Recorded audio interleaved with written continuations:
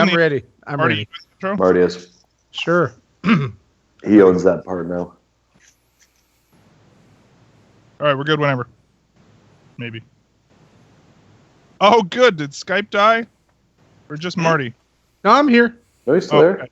All right, I'm you're here. good. All right, Okay, here we go. Welcome to Nintendo Dads, episode 134, recorded on June 21st, 2017. On tonight's episode, we welcome the Mega Dads and get to talk about Pokemon Go updates, Switch firmware getting updated to 3.0, LA Noire maybe coming to the Switch, and tons more. Zach, you know what you got to do. Cue that music.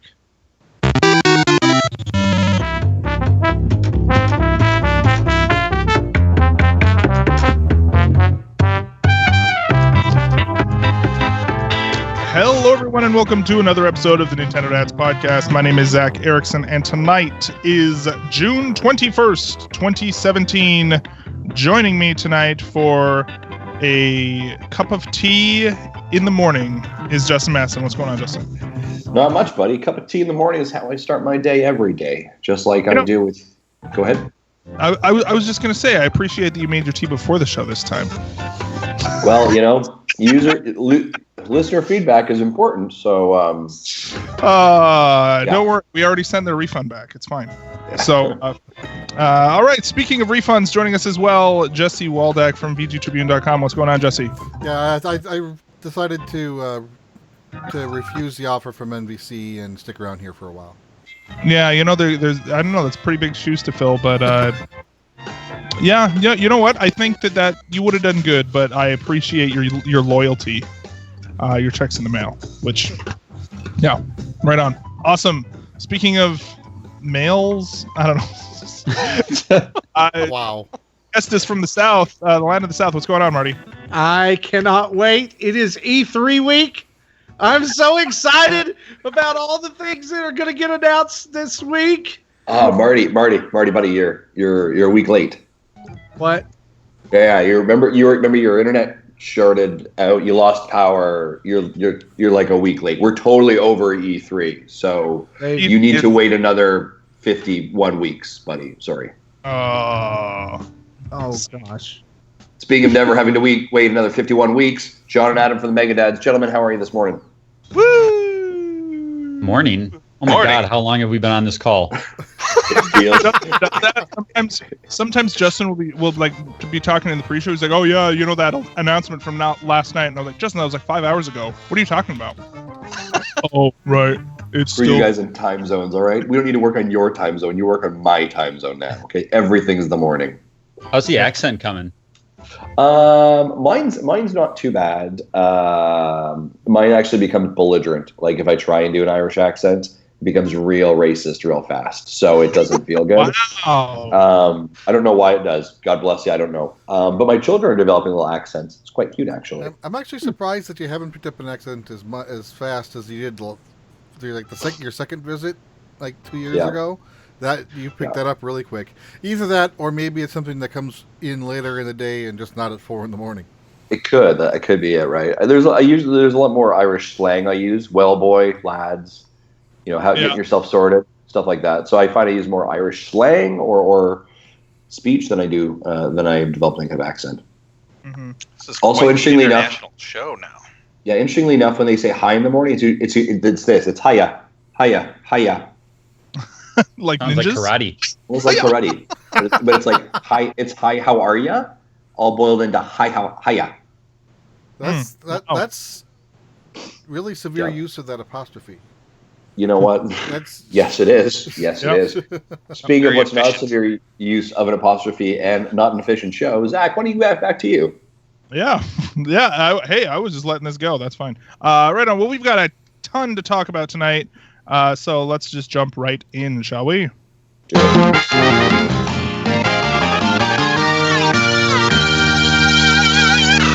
And the news is brought to us by patreon.com/Nintendo Dads. Of course, if you want to support the show and, give a little money our way, we actually had a few new patrons this week, so that's pretty awesome. Yeah, big shout out and thank you to Zach. Not Zach. Zach, I don't thank you for anything. No, I don't. Alex and Jeremy, thank you so much for becoming our latest Patreon subscribers. And you have joined the elite group of over 40 individuals who support our show every single month. Thank you very much. And as Zach mentioned, if you're interested, head over to patreon.com/NintendoDads, and a little bit of scratch our way every single month helps us create this content. I don't know whether it's great content, but it's content. And stuff like that. Moderately satisfactory content. Yeah. Half a thumbs up, maybe. Who knows? Yep.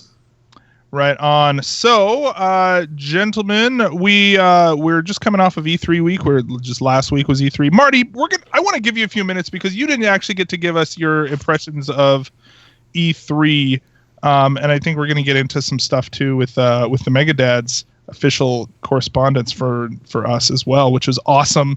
But Marty, what was your take on E3 real quick as we kind of revisit this?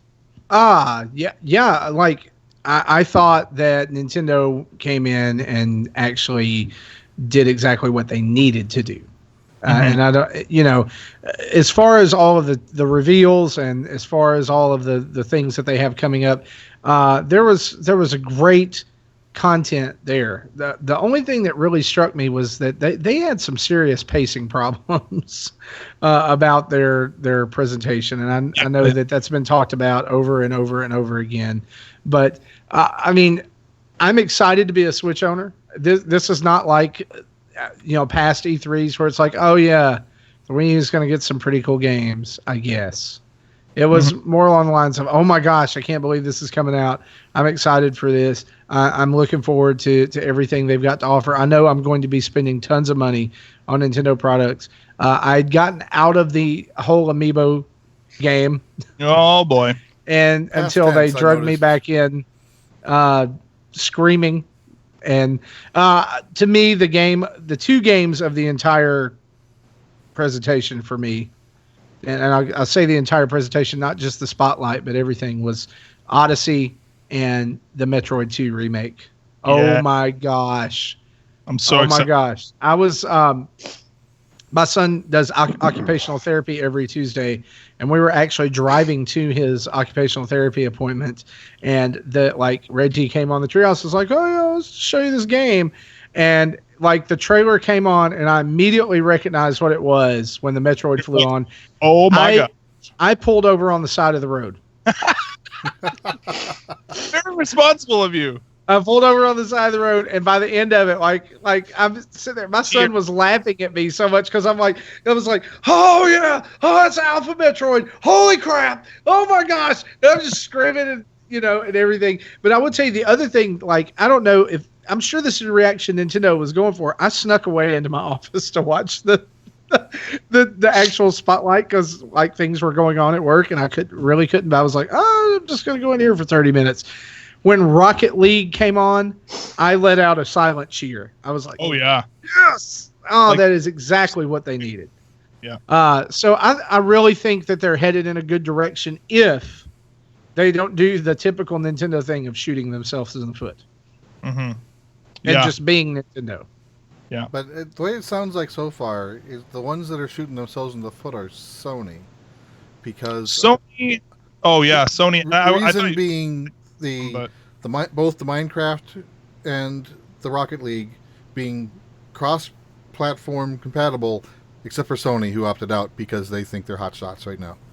Well, because did you see the actual reason that they gave? By the way, that baloney reason. Yeah, that's pretty terrible. That's a horrible PR spin. I still believe my reason is the real one. That's the same PR spin that Xbox had to do after they revealed the One and it tanked so bad. Yeah, for sure. By the way, as far as other things that they announced after we did our show, it was funny. I think it was on Wednesday. I was I'm on Twitter and all of us. I see Bill Trin and say, yeah, everybody might want to tune into the live stream right now because we're going to be showing something cool. And then Roger is just like, they're announcing something right now. I saw I was watching all this in real time. I'm booking it over there right now. I'm totally going to show the reaction to everything. I think that Roger must have thought that it was Super Smash Brothers for Switch or something, which why they wouldn't have highlighted that. Anyways, I thought that was funny. So he runs over there, and then they show this trailer. I'm just gonna have the music here because the music actually is kind of crazy. Where are we? Of course, it's got a slow lead up. A plate of sushi is on the screen.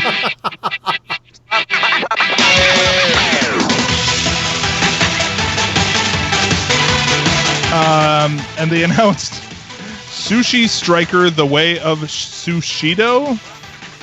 The what now? Sushi Striker: The Way of Sushido, and it's like this total J-pop anime trailer.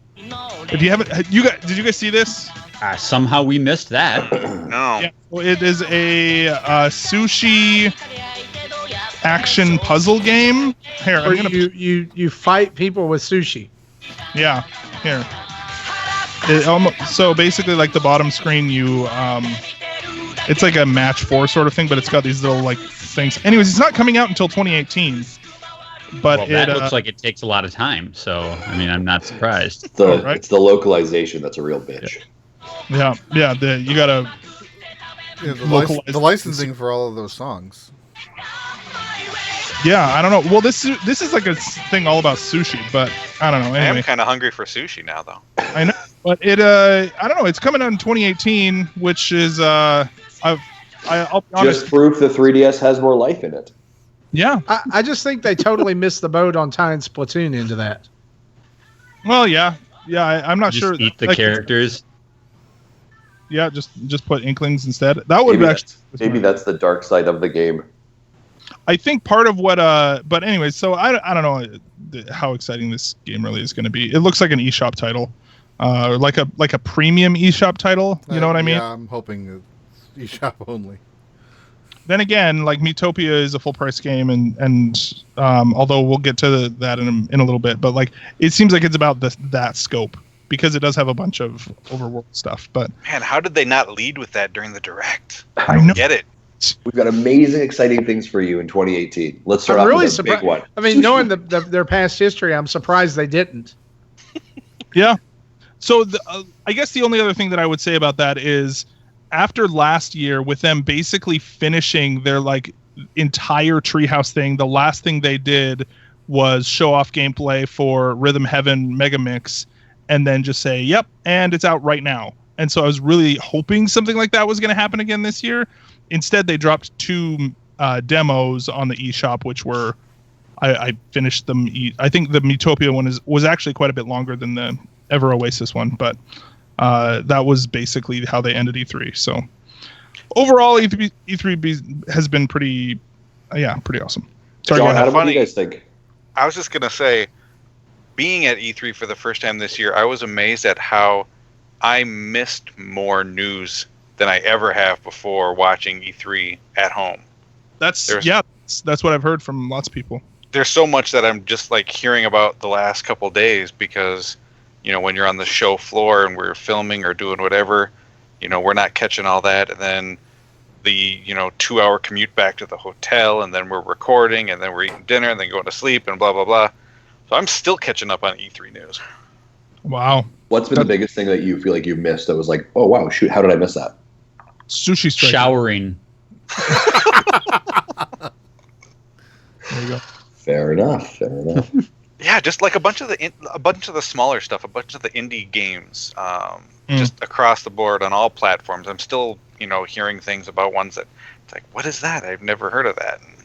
Yeah, it seems like indies in general got a lot less of the spotlight this year than in past years. Like none of the big 3 really talked about indies at all.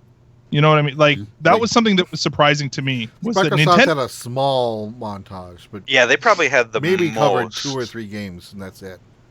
Yeah. But normally, when Nintendo does it, they mention like close to a dozen. Yeah, there's usually like a sizzle reel or something of indie games. Which, I mean, come on, Nintendo, you could have added a couple more minutes to your thing. To get what's his face standing in front of Nintendo headquarters, cut him out of that thing, and put a sizzle reel in, and maybe wouldn't have felt like it was so slow in parts. But whatever. And how does a 25-minute presentation feel slow? Like, how did they call that off? Yeah, right? Like, what the heck? We're also directly comparing that with the previous Direct, which had rapid fire news, and we all expected this to be the same thing. And the first 10 minutes in a 25-minute presentation, we have 2 pieces of news. Like, Reggie's doing up, like a TED talk for the first 10 minutes. Yeah, no kidding. Dr. Seuss TED talk. Right? What's interesting about that though is having now looked back at basically the entire window from that Direct until the end of E3. What's pretty clear is that I think the 3DS, like, arguably could have more coming to it than the Switch. Yes. Yeah. Right. Yes. Like, and I make the argument that, like, why is anyone shocked about this? Like, right. No, and I don't think that's a big deal. And I think there was actually, it's not in our news here, but I saw an article today of somebody who actually made a pie graph I saw the of same thing. where Nintendo's income came from in the 2015, 26 or the 2016, 2017 fiscal year. The last whatever it is. 2 fiscal years had similar graphs. Yeah. And it was like last year, it was half. Half of Nintendo's income was from the 3DS, which I make the argument that Hey Pikmin is more important for the success and continuation of Nintendo than Splatoon 2 is.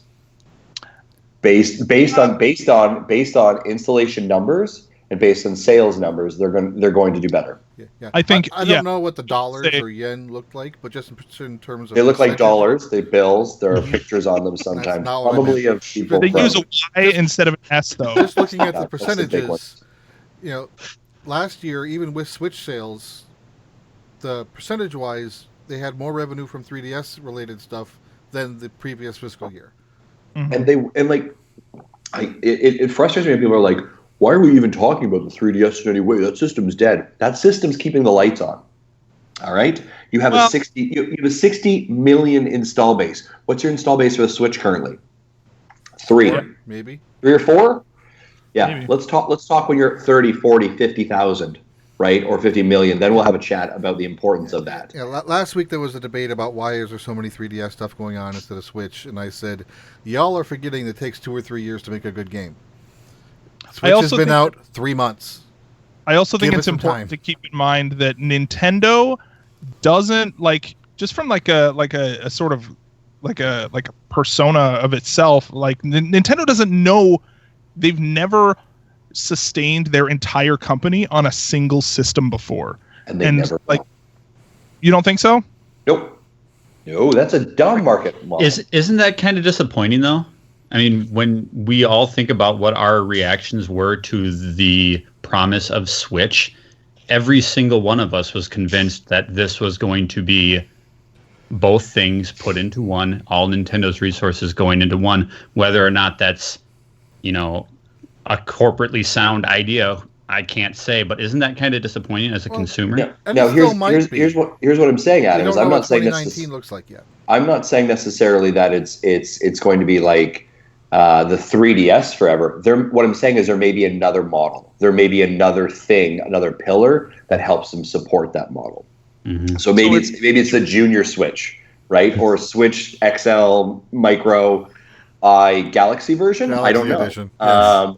But it's a different line that allows that support. And the thing is, to the point from a business, like we all want as fans for sure for that to be, but I think the business perspective is that you have to mitigate risk. Mm-hmm. Right? If all of a sudden something happens and the Switch fails, your entire business model is done almost, right? Yeah. So unless they're gonna be like, how we're also going to support our model is now we have the classics line, right? And that creates some kind of large revenue income. They need pillars to support it. And I mean, if you look at it, Microsoft has Microsoft behind them supporting it, right? That's their pillar of the brand. Same with Sony. Right, they've got other dogs in the fight. Where Nintendo is just solely consoles, Right. They don't have anything else, unless they go back to making cards, which could just be.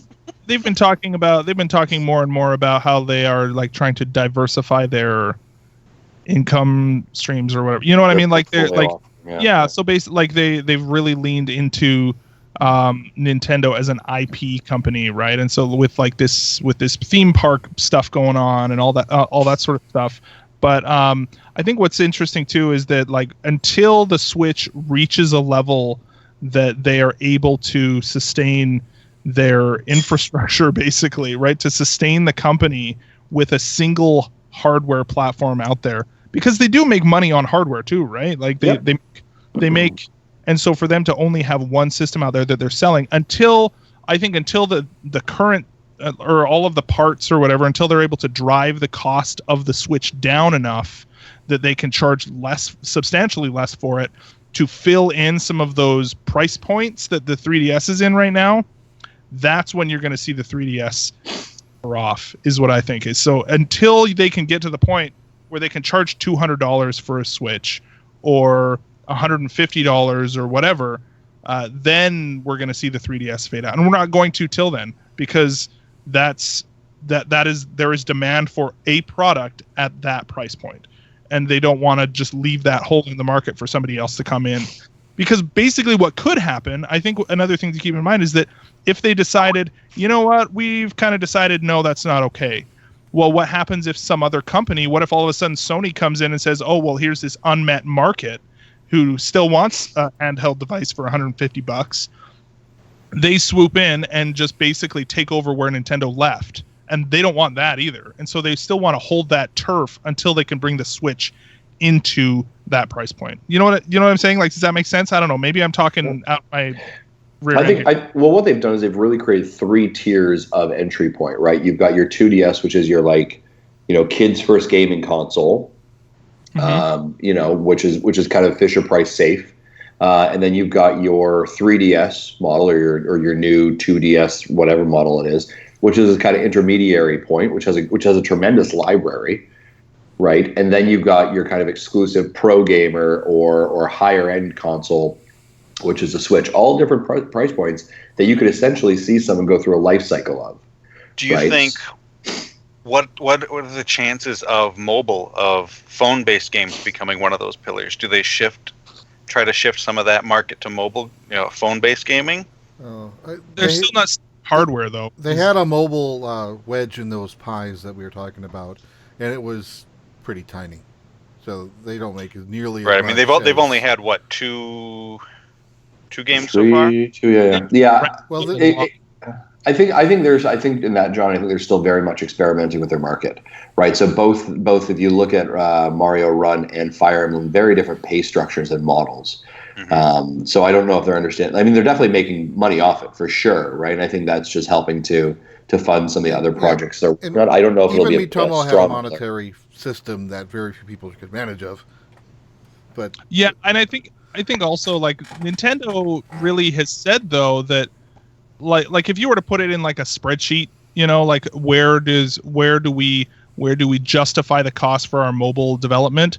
I wouldn't be surprised if it was like an off branch of marketing, right? Because that's basically how they see it. They see Nintendo all the mobile games as ways of continuing to push their IP out there and get some mind share and all of that sort of stuff.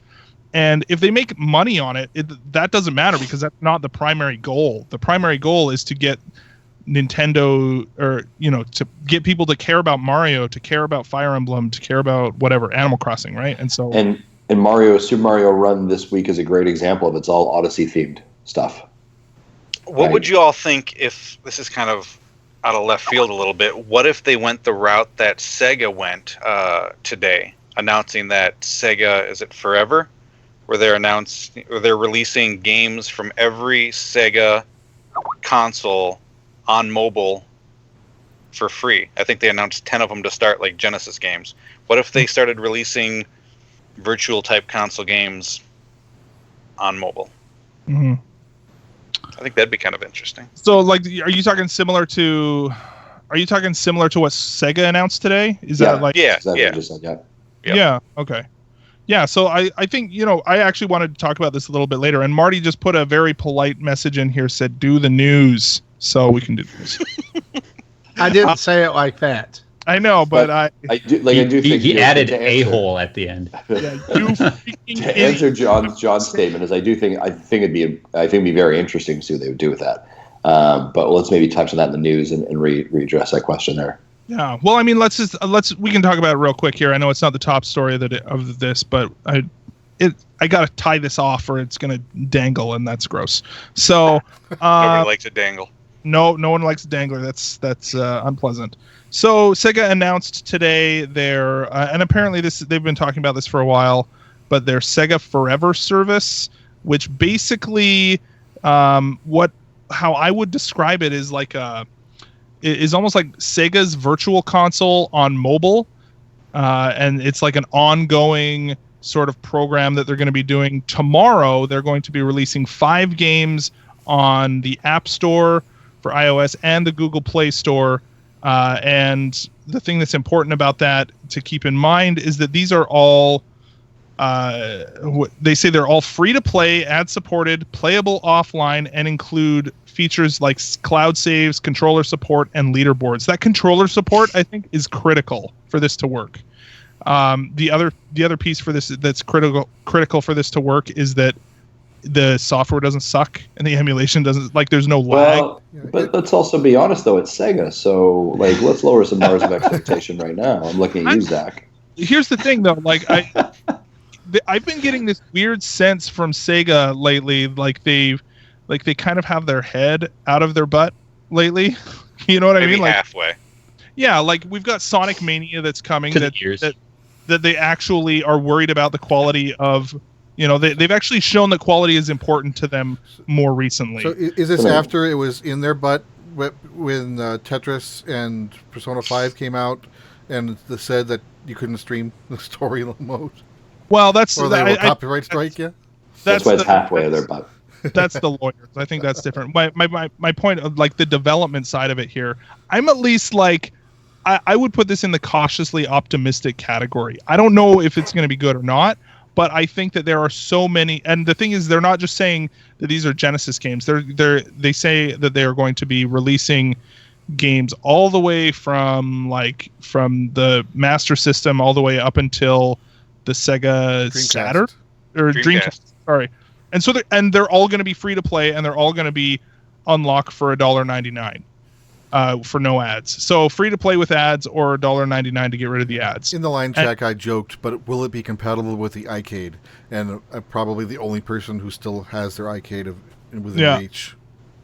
Yeah, and it my thing is this: is the emulation going to be good, or is it going to be Mega Man 2 on iOS? Dude, no, that's shots fired.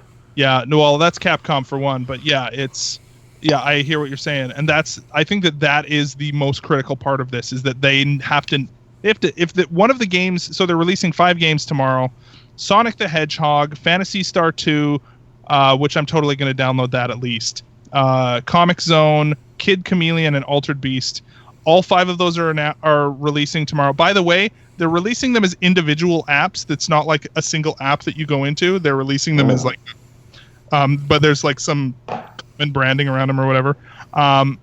But if one of those is Sonic the Hedgehog, if there is any lag in that emulation, they're going to get skewered.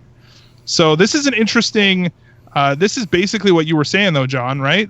This is something that they if Nintendo were to do this, I think that would be crazy. That would be, and I think that they're waiting so long to tell us what this Virtual Console solution is on the Switch.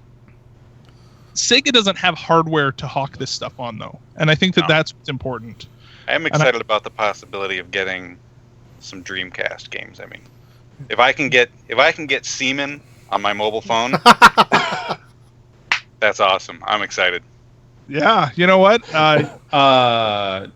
You could probably do that now, but anybody want to capture that? No, okay. Can someone snip that out?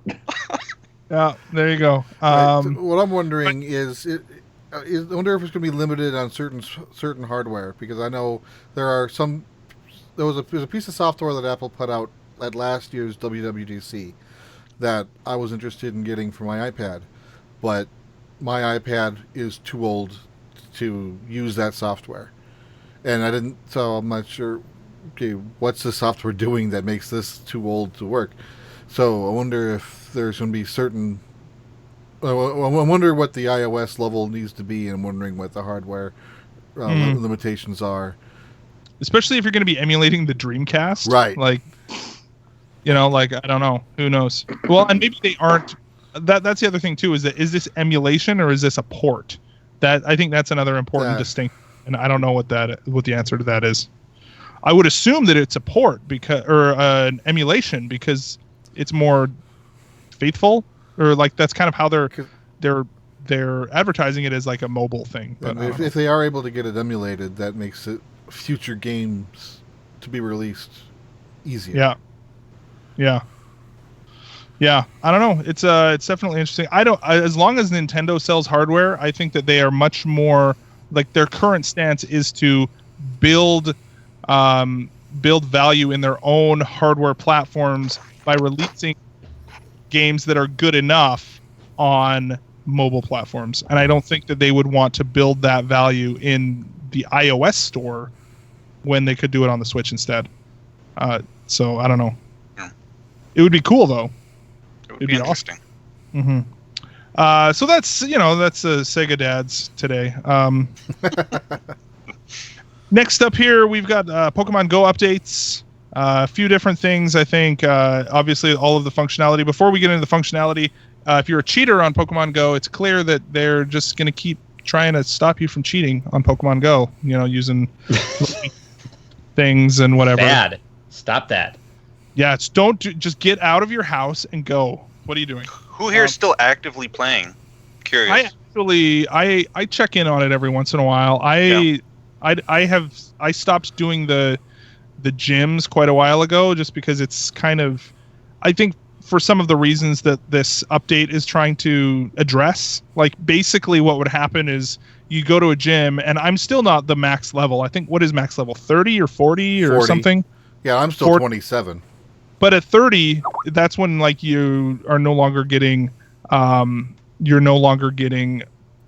increased level of Pokemon, right? Like you can actually start you're not going to get more powerful ones. Because right now I'm still not catching the top of the tier or whatever Pokemon because I'm only level 23. But so you go a little bit of that in California.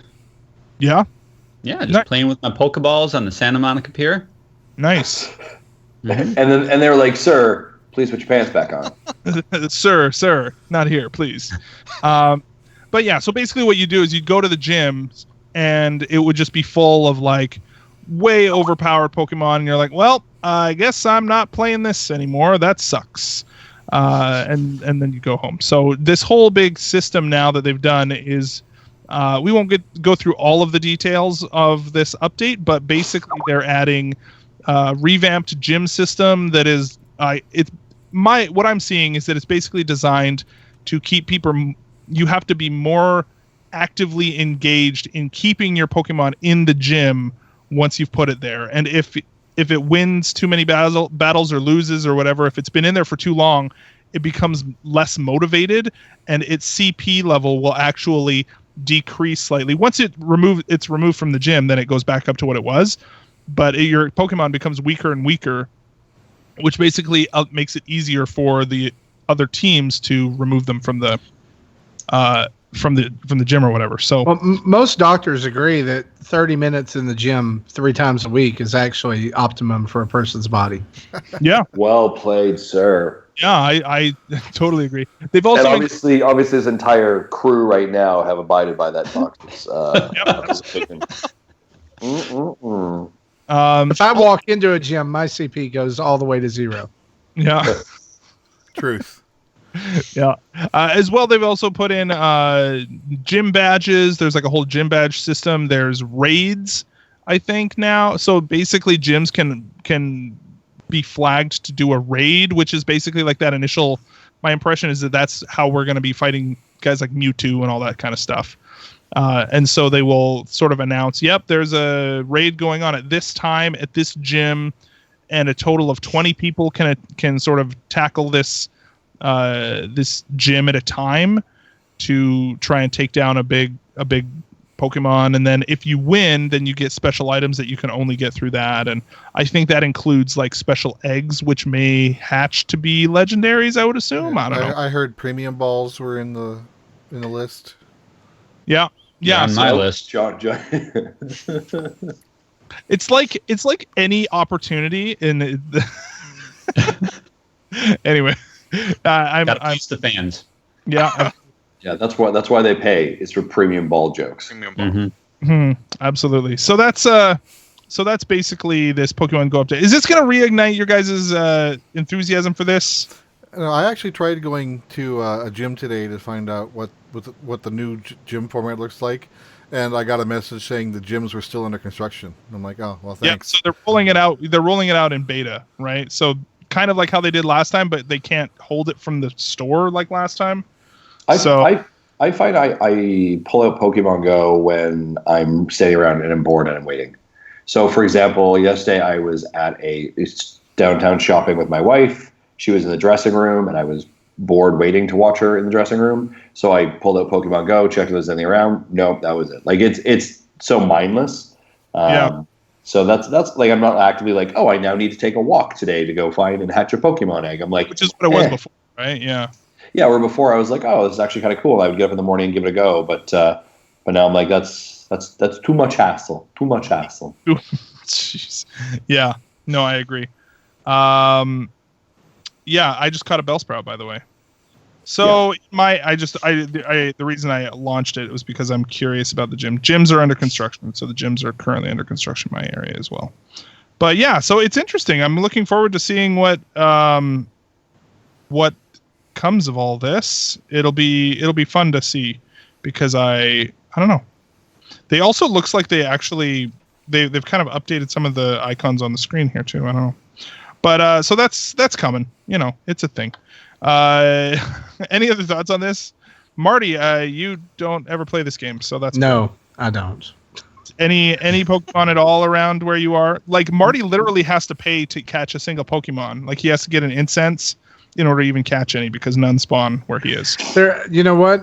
There's some Rattatas around here still. Nice.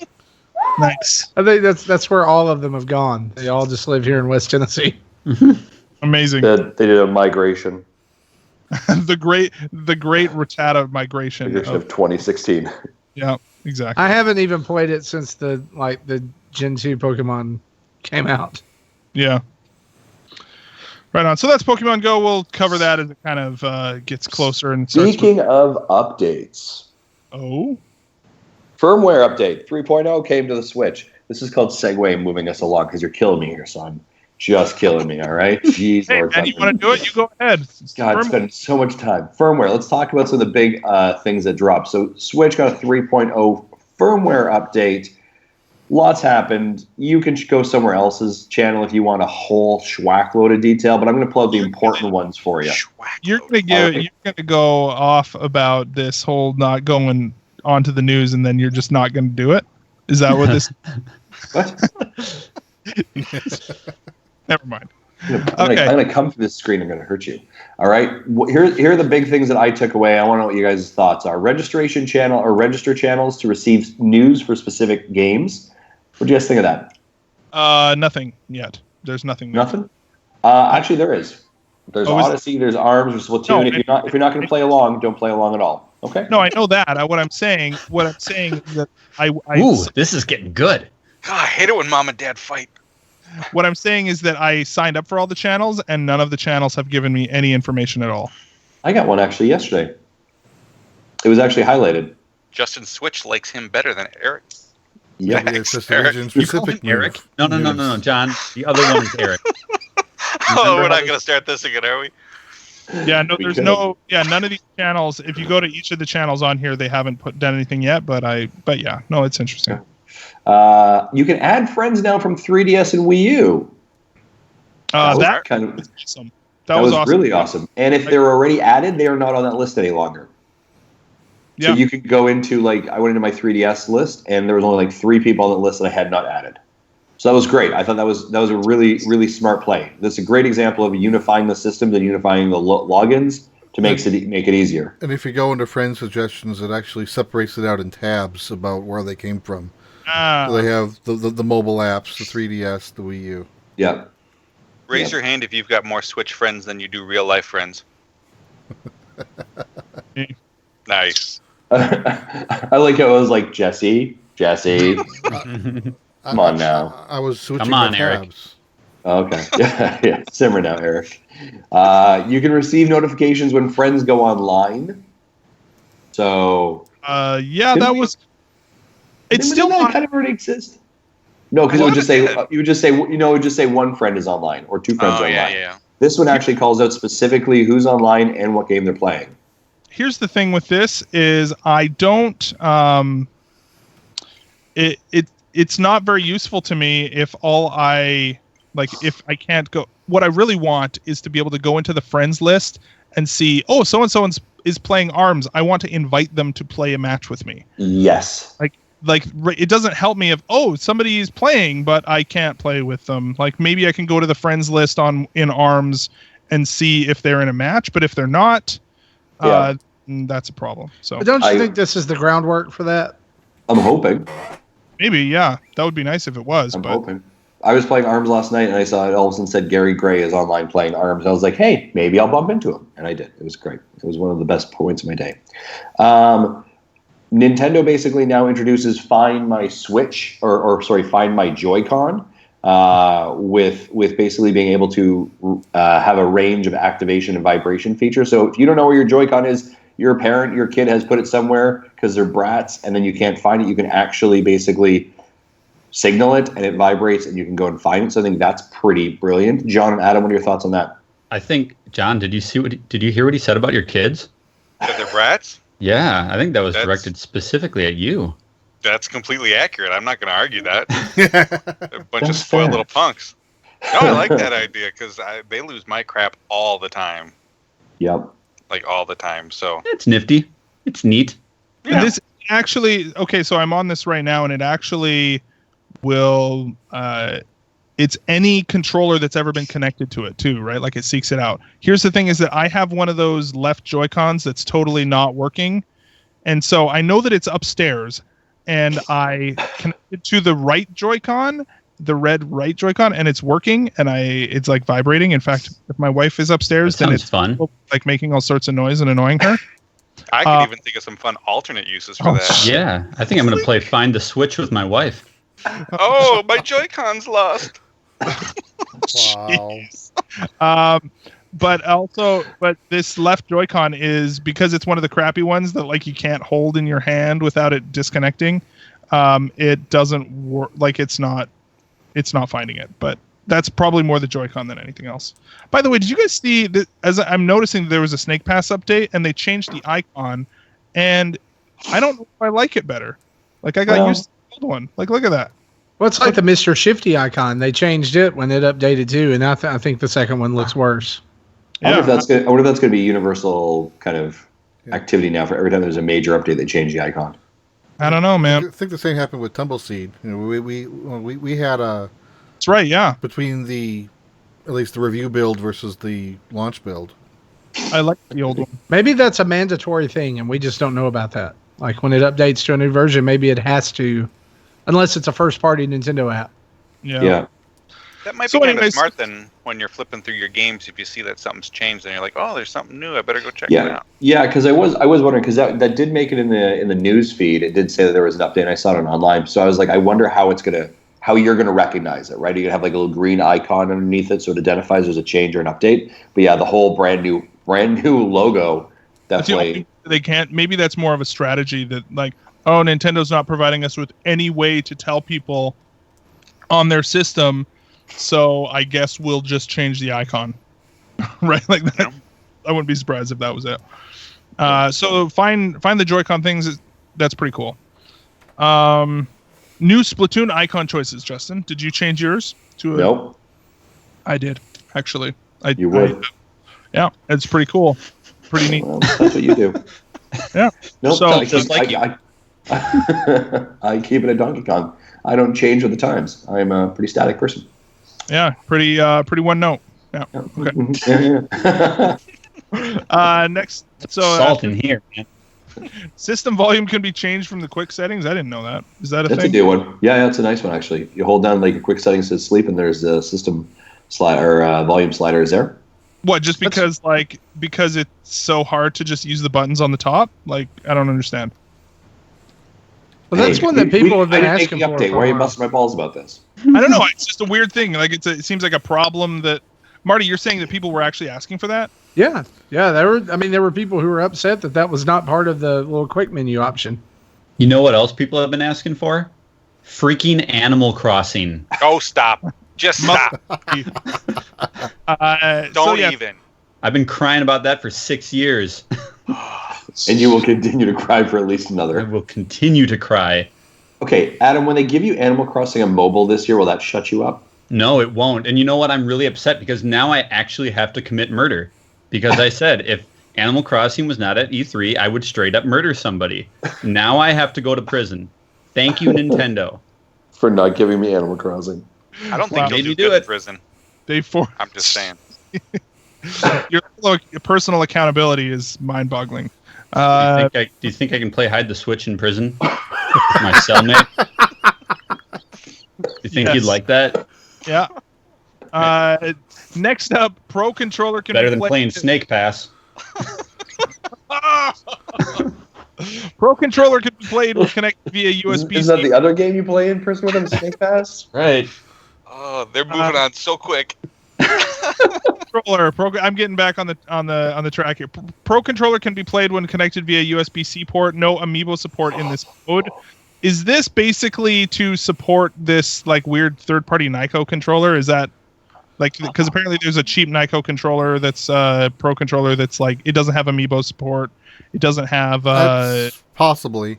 And also for like I don't know, like if you're in airplane mode, you know the Bluetooth, you can't use wireless controllers in that mode. So the options before this had to be handheld mode and that's it. But now at least you can have a wired Pro Controller to it, and that should work in airplane mode still. Cool. They're already updated. Okay. Next one was new update connected controllers. Apparently you can update your controllers. Oh, okay. Like with new firmware. If they want to update those, you can kind of force that. I think it automatically does that, but I didn't understand what that meant. That was just a line item in the press release I saw. Yeah, so because there was, at one point, I think there was some speculation that they could change, when they were having those Joy-Con issues, they could change the frequency that the Joy-Con operated at and therefore increase the range through a firmware update. But it was, I don't know. So maybe that's a way, it's kind of a way to force that. I don't know.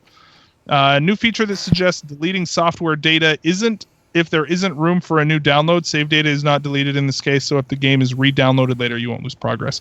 So basically, is that specifically if you're trying to download something, then it will cue you to delete something? Yeah, if you're the way I understand this, if you're trying to download something and you don't have room, it'll say, "Hey, you don't have room. You haven't played this app in a while. Do you want to delete it?"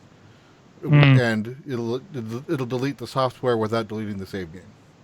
Yeah. So basically, it'll say you can go back to it later and resume.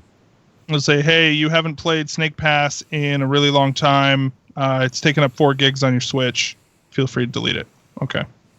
Next one, improvements to prevent unintended HDMI input change with certain TVs while the console is docked in sleep mode. I think that was specifically with some Samsung TVs or something like that. So yeah, that's the update. I think what's important about this is that like they're clearly hearing, they're not just leaving it.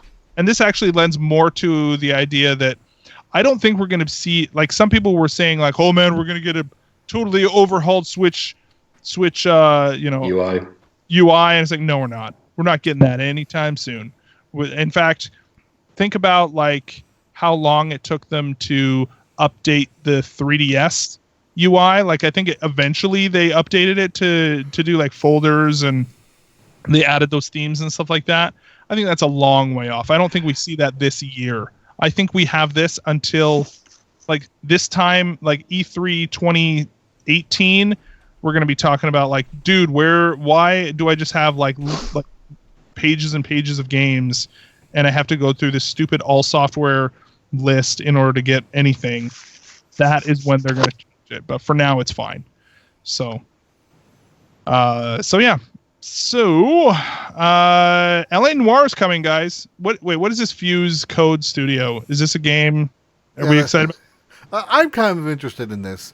Okay. It's a UK developer, Fuse, is creating a game or an app called Fuse Code Studio, which is slotted to be out Q2 next year. It's basically like a mini development engine. Kind of like, back in the 80s, we bought a PC, it came with BASIC. You can make little programs with it. So this is kind of like the modern day version of that. You can create your own games, your own Switch games within a Switch game. Whether or not you can share them or not, I don't know what the plans are, if there are any plans. But it's at least there's a cheap way for people to get a taste of programming in the if they want to look into it. Cool. Right on. Very cool. And when's it coming out? Just sometime in next year, right? Yeah, like they say Q2 next year, so probably near E3-ish time next year. Right on. Next up, we got LA Noire Remastered, rumored for the Switch. People are freaking out about this, and I think I don't know. I'm not excited about this at all. I think that people think, oh my gosh, Rockstar is coming. It's exciting because Rockstar is going to be on the Switch. First off, it's a rumor. Second off, people are relating this to Bethesda, being on the Switch with Skyrim.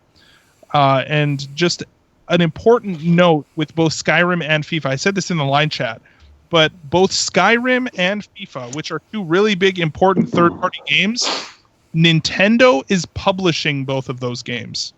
And so, in other words, Nintendo is footing the cost to bring those games to the Switch.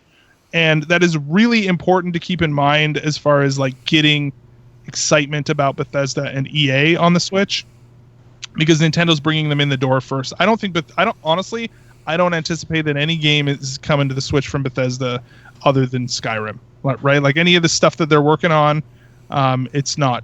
I don't think it's coming until it really is, it's kind of maybe something littler. I don't know.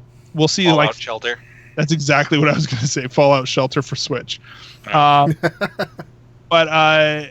so like, I don't know. I don't get very excited when I hear this LA Noire remastered. If this was like Red Dead Redemption, maybe, like if they said Red Dead Redemption 2 coming to Switch, then maybe, but I'm not getting my hopes up for this. I'm a little excited. I've been looking for an excuse to replay that game, and is it good? I really like it. I love it. I love movies and books in that era. Like L.A. Confidential, like 1940s Los Angeles. I dig that style. And I thought it was a pretty darn good game. Yeah. It's okay. The lead character's a ding dong. He's a little bit of a ding dong. Yeah. You're a little bit of a ding dong though, so that's true. Like I think that with this though, if this does happen, is this something that like I don't think this is any sort of like like an early flag for any big movements. No. Right? This is just a very small sort of like a pebble in the road. I don't know. My metaphor machine isn't working right. Wow. Yeah. Totally a pebble in the road. I got you. Pebble in the road. Yeah, I don't think this is like a signal that Red Dead 2 is going to be on the Switch or GTA 6 is going to be on the Switch. I think it's just, it's a port of a last-gen game, so it's probably, fairly easy to get onto the Switch. So. Yeah. Yeah, any of those companies that are really like pushing the boundaries on graphical fidelity and like all of that sort of stuff. I don't expect that those like cutting edge games are going to be on the Switch. No. So yeah. Anyway, finally, good news, everyone. Nintendo has said that Pokemon and Metroid Prime 4 are both coming in 2018. So rest easy. Anyone want to place bets now that it's not? Like we could do an episode right now where we're just like, hey, I'm going to bet it's not, and then we're right. I think Pokemon actually might. I would say I would bet maybe one of them maybe has a shot. Yeah, I would say Pokemon. Well, because they specifically said that Pokemon is coming in, quote, more than a year. Like we won't have it for more than a year, which technically could fall next holiday season, right? And for them to have Pokemon at next holiday on the Switch, I think would be huge. But I don't know if they're going to make that deadline. And the fact that they didn't show anything for Pokemon or Metroid Prime 4 tells me that it's, Metroid Prime 4, I think is going to be we're not going to see that till 2019. There's no way. So, I don't know. Retro making that? Do we know? No. We know that Retro is not making that. We still don't know what Retro is actually making, which usually shakes out around E3 of what they are making. Metroid Prime 5. Yes, so my prediction from January was we would not hear anything from Retro, and it was met with a whole bunch of moans and groans because they wanted to hear about Metroid. And it looks like we're both right. We have a Metroid, but we still haven't heard from Retro. Yeah. I don't know, man. It's an interesting time. I don't know. We'll see. But I don't know. I hope that they have Pokemon next year. That'd be cool. And if that is out, then it's going to come out it will be announced sometime in Q1 and then, or maybe early Q2, but we won't hear about that until after Christmas. So is it, you guys probably already touched on this on the last one. Is it a version of the 3DS game, the last 3DS game, or is it a whole new?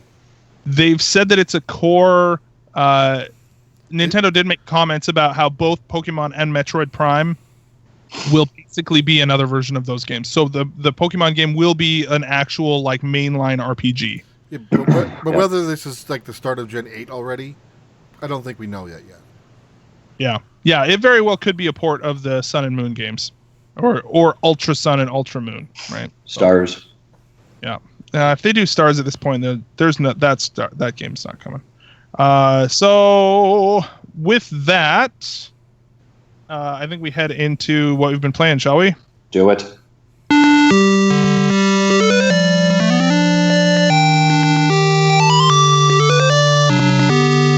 All right. And so I think it's only appropriate for our guests to go first. Gentlemen, I don't know if you guys, I know you spent all of E3 last week just kind of there, so I don't know if you've been playing anything or not. If you've really been playing very many video games, I don't know. I have been playing almost nothing. Although I won't talk about it much, but because it's not a Nintendo thing. But I did just spend the evening putting together the Lego Dimensions portal, so that thing's happening at my house. Like the originals, the base set. Yeah. I Cool. didn't have that yet, and I'd always been curious because they got all that, they were luring in 80s dorks like me with Gremlins and Goonies, and there was the cool Portal one. And then I saw that they announced I think at E3 that there's a Teen Titans Go one, and it's well, I got to get that for my kids, so I might as well just jump on this thing now. So, yeah. My I wife played Legos tonight. My wife and kids just got me the ET pack for Father's Day. Yeah. I haven't even had time to open it yet. This is not actually video game related, but it is Lego related. I got this for Father's Day. What is Yeah, that? that's pretty sweet. Well, The Guardians Milano, from the second movie. I have the first movie one up on my shelf, but I got the second one. I love me some Guardians, but anyway. By the way, I think you missed the subtlety of my joke. Did you guys play play games at E3, John? You did? Oh, good. Did we? Oh, good. Any good games that you played from perhaps Nintendo specifically? Maybe. Where do we begin? What do you want to hear about first? Let's talk about day one, Adam. Let's talk about. No. We don't talk of day one. Let's talk about your first attempt to play Mario, Adam. Bad Rip that decision, Band-Aid John. off. Did that first Goomba get you again? It was so dumb of me because it was okay, I knew we had that appointment on Thursday. Mm-hmm. Did you not believe that we hooked you up proper? No. I looked at all the emails and it was booth tour and interview. I'm like, okay, I don't know how much time that is, if any, for hands-on. So we're walking around the booth, and the whole time leading up, I told John, I'm not getting any big lines because I went to Tokyo Game Show. I know how this party works. You're going to spend like a couple hours to play a 10-minute demo. But then I saw Mario, and he looked so nice and shiny, and I got in the line. It wasn't the game. That's not why you got in the line. Was there loot? You wanted one of those dumb visors. I did want one of those dumb visors. So, yeah, that was a bad decision. 4 hours. So it was a bad decision. 4 hours later, I bailed. No! Oh. How far had you got in 4 hours? Like 3-4 feet. Oh my god. Oh. It was terrible. Their line management was piss poor that first day. They figured it out the rest the I heard that from other shows that first day was rough. Yeah. I did get to see Reggie walk right by me though, so that was kind of neat. Did you touch his robes? I just licked the back of his left hand. Mm. Did his body look ready? Look, it looked so ready. He wanted to play hide the switch. So how tell me some of the games that you guys All right. So we finally did play Mario Odyssey, and it is as cool and awesome as you would hope, and it is totally bonkers. Like, dudes were on drugs making this game, I swear. Like, it is so weird. awesome. I got to possess a pylon. So we each did a level. You did the first level, Adam. I did the New Donk City level, which was the lesser of the two, so I was kind of burned by that. Seemed more like a tutorial. Yeah. No enemies in there. We did. I asked lots of questions. I got some interesting answers. They were very cagey about pretty much everything that I asked. Of course. The biggest takeaways were the fact that there are no more lives. I thought that was really interesting. Yes. It's all health bar based. There's an in-game currency, which I thought was really interesting, for buying suits with different power-up abilities, and also decorations, which apparently are going to Animal Crossing style the inside of your ship. Oh, cool. Which they were not showing. But some people actually went in there. I saw something in there where somebody went. Oh, is that right? Somebody managed to get inside the ship. See, Nintendo was very much like, do this, now do this, now do this, now try this, and it was they pretty much directed everything that I did. So while I was playing on their terms. Yeah, I tried to go off the path for a minute, and she slapped me right across the face, really hard. Just pulls out just a schwack. Just a big old Canadian slap across the face. So Was she Canadian? Yeah. Oh, she was so Canadian. So Canadian. Good. So Canadian. You're welcome. Quick little side note before we get back to Mario. I felt kind of like a boob today. I was like emailing all the PR people from E3 to thank them for letting us go to the show. So I emailed the gal, and I was like, thank you. It was nice to meet you, blah, blah, blah, blah, blah. And she was like, no, that wasn't me. Yeah, that was the other Julie. That's right. Apparently there's more than one Julie in the world. Wow. Sorry about that. Yeah. That's awesome. Anyway, Mario. So what were some of the, you were saying they were kind of being a bit cagey, but you did get some information. What did you get there, Adam? Well, so the moons in the game don't act as, they're not like stars or shine sprites. They're more like fuel collectibles for your ship. So I don't know if there's like an overworld hub that connects level to level, but basically your purpose on each of these worlds is to refuel your ship to progress throughout the game. There are exclusive hints and like Easter egg kind of things for each level. Like New Donk City is obviously all about Donkey Kong. The mayor of New Donk City is Pauline. The streets and the shops all have little cues to the Donkey Kong franchise.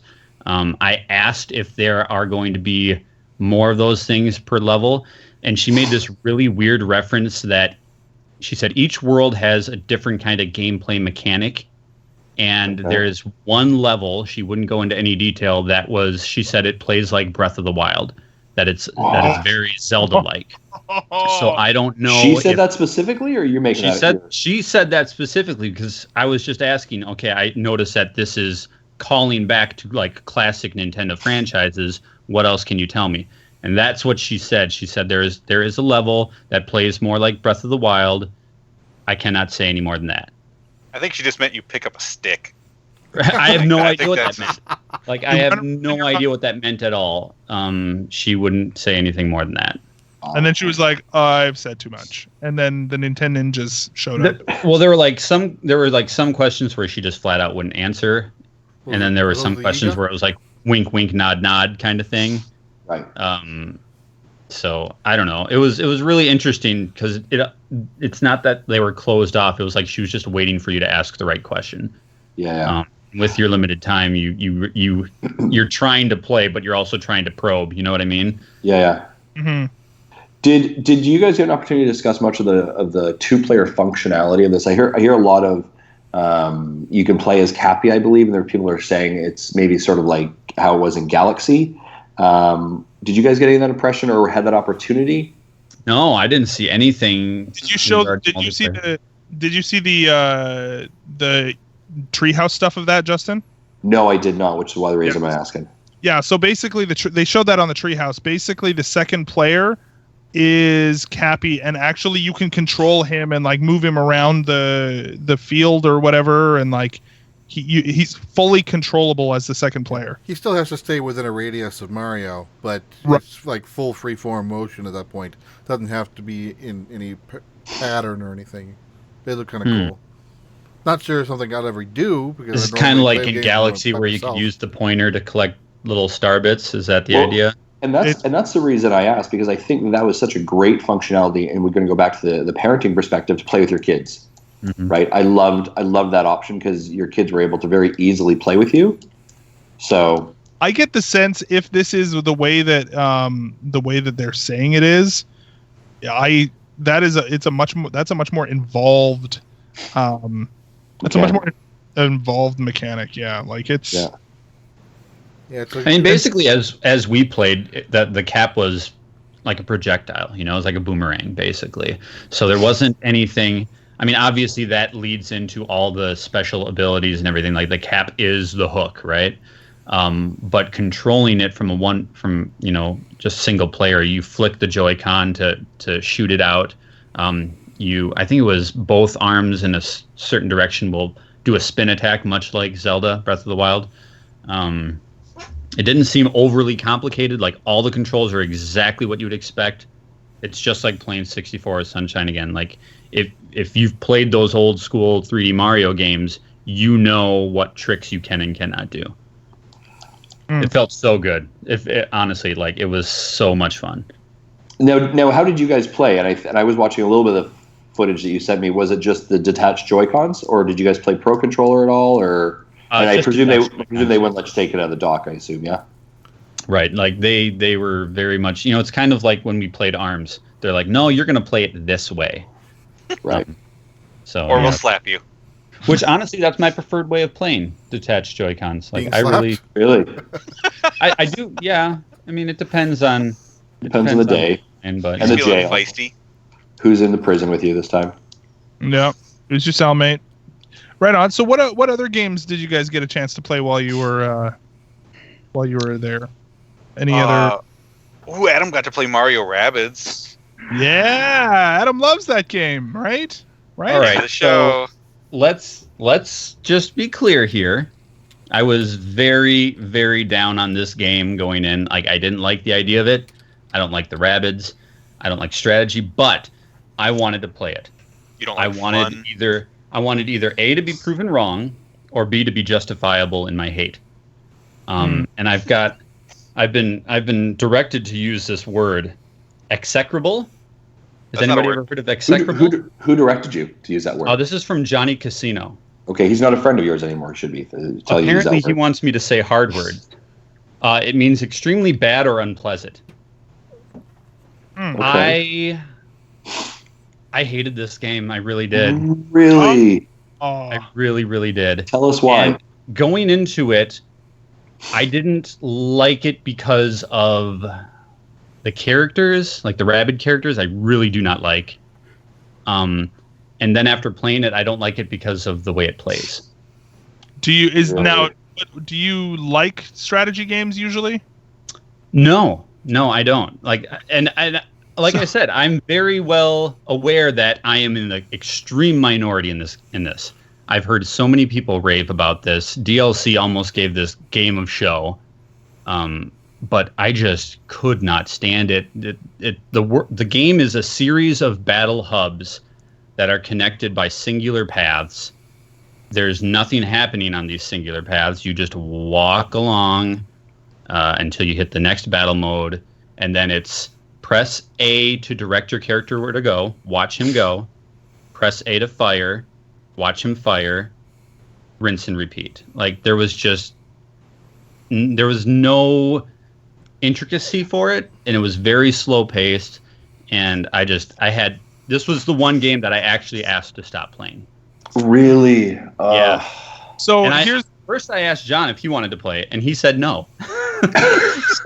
so then I was like, okay, what else you got? Because I went through, I think, 3 of the battles. So I played it almost 10 minutes, I'd say. To be honest, I am interested in actually trying the game. I said no because I thought we had a 30-minute appointment, and I wanted to get through as many games as we could. Turns out we had an hour appointment, so I probably would have played, but I was just trying to move things along.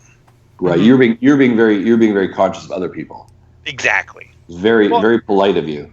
We had this conversation last week. I am. Our brand. I appreciate that, John.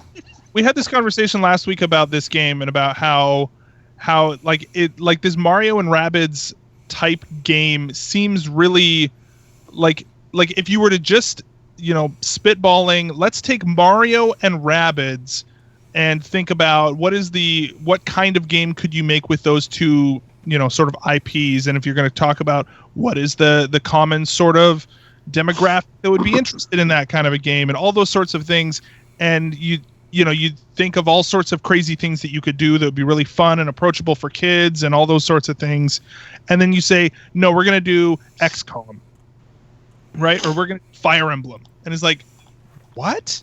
Why? I love crazy stuff. Like I love the guts that they took to make this weird bonkers game. It's not for me. Like this is very much a kid's game, I think. It's totally fine. Is it a kid's game though? Because it's so simple to play.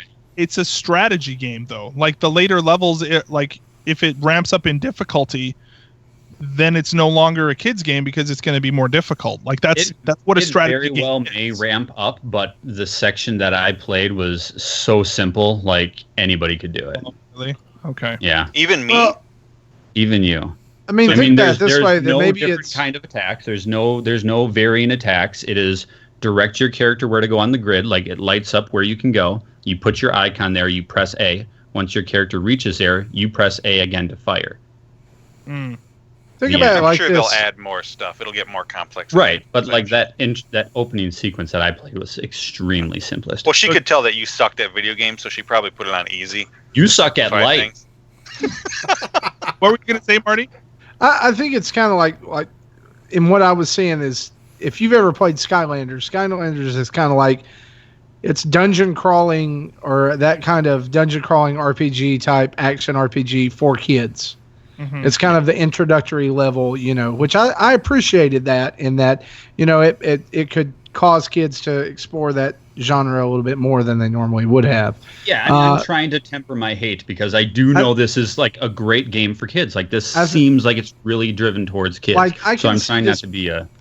I can see this being a game that my son and I sit on the couch and play together. Right. Like that he's playing and I'm telling him, well, what if you go around that corner right there? What if you, or what if you use that cover? And letting him, kind of control it while I help him. Yeah. But it might be good. Maybe if is it confirmed to be single player only? That I don't know. I wonder if they might add some co-op into it later. It says on the E3 website, 1 to 2 players. So I don't know. I don't know if it's a competitive type thing or what.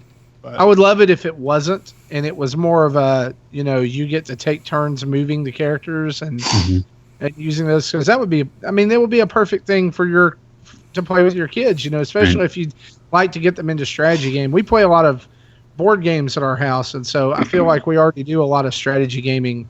Yeah. In that sense, but my son's not like gung ho into, games that are like more of the combat based stuff and things like that. So, maybe this will be something he and I can play. And I think there's enough there for them, that we can say at least there's enough there that it's not just all family games. Yeah. Right? Yeah. And again, to be fair, like everybody loves this game except for me. Honestly, like every podcast I've listened to since E3, everybody's drooling over this game. So I fully admit that this is like, I am in the minority. Absolutely. But you know what, though, Adam, I appreciate your honesty, though. Like, if it was not scratching your itch, it's good to hear, right? Because I'd rather someone be honest and be like, no, it was great. So good on you.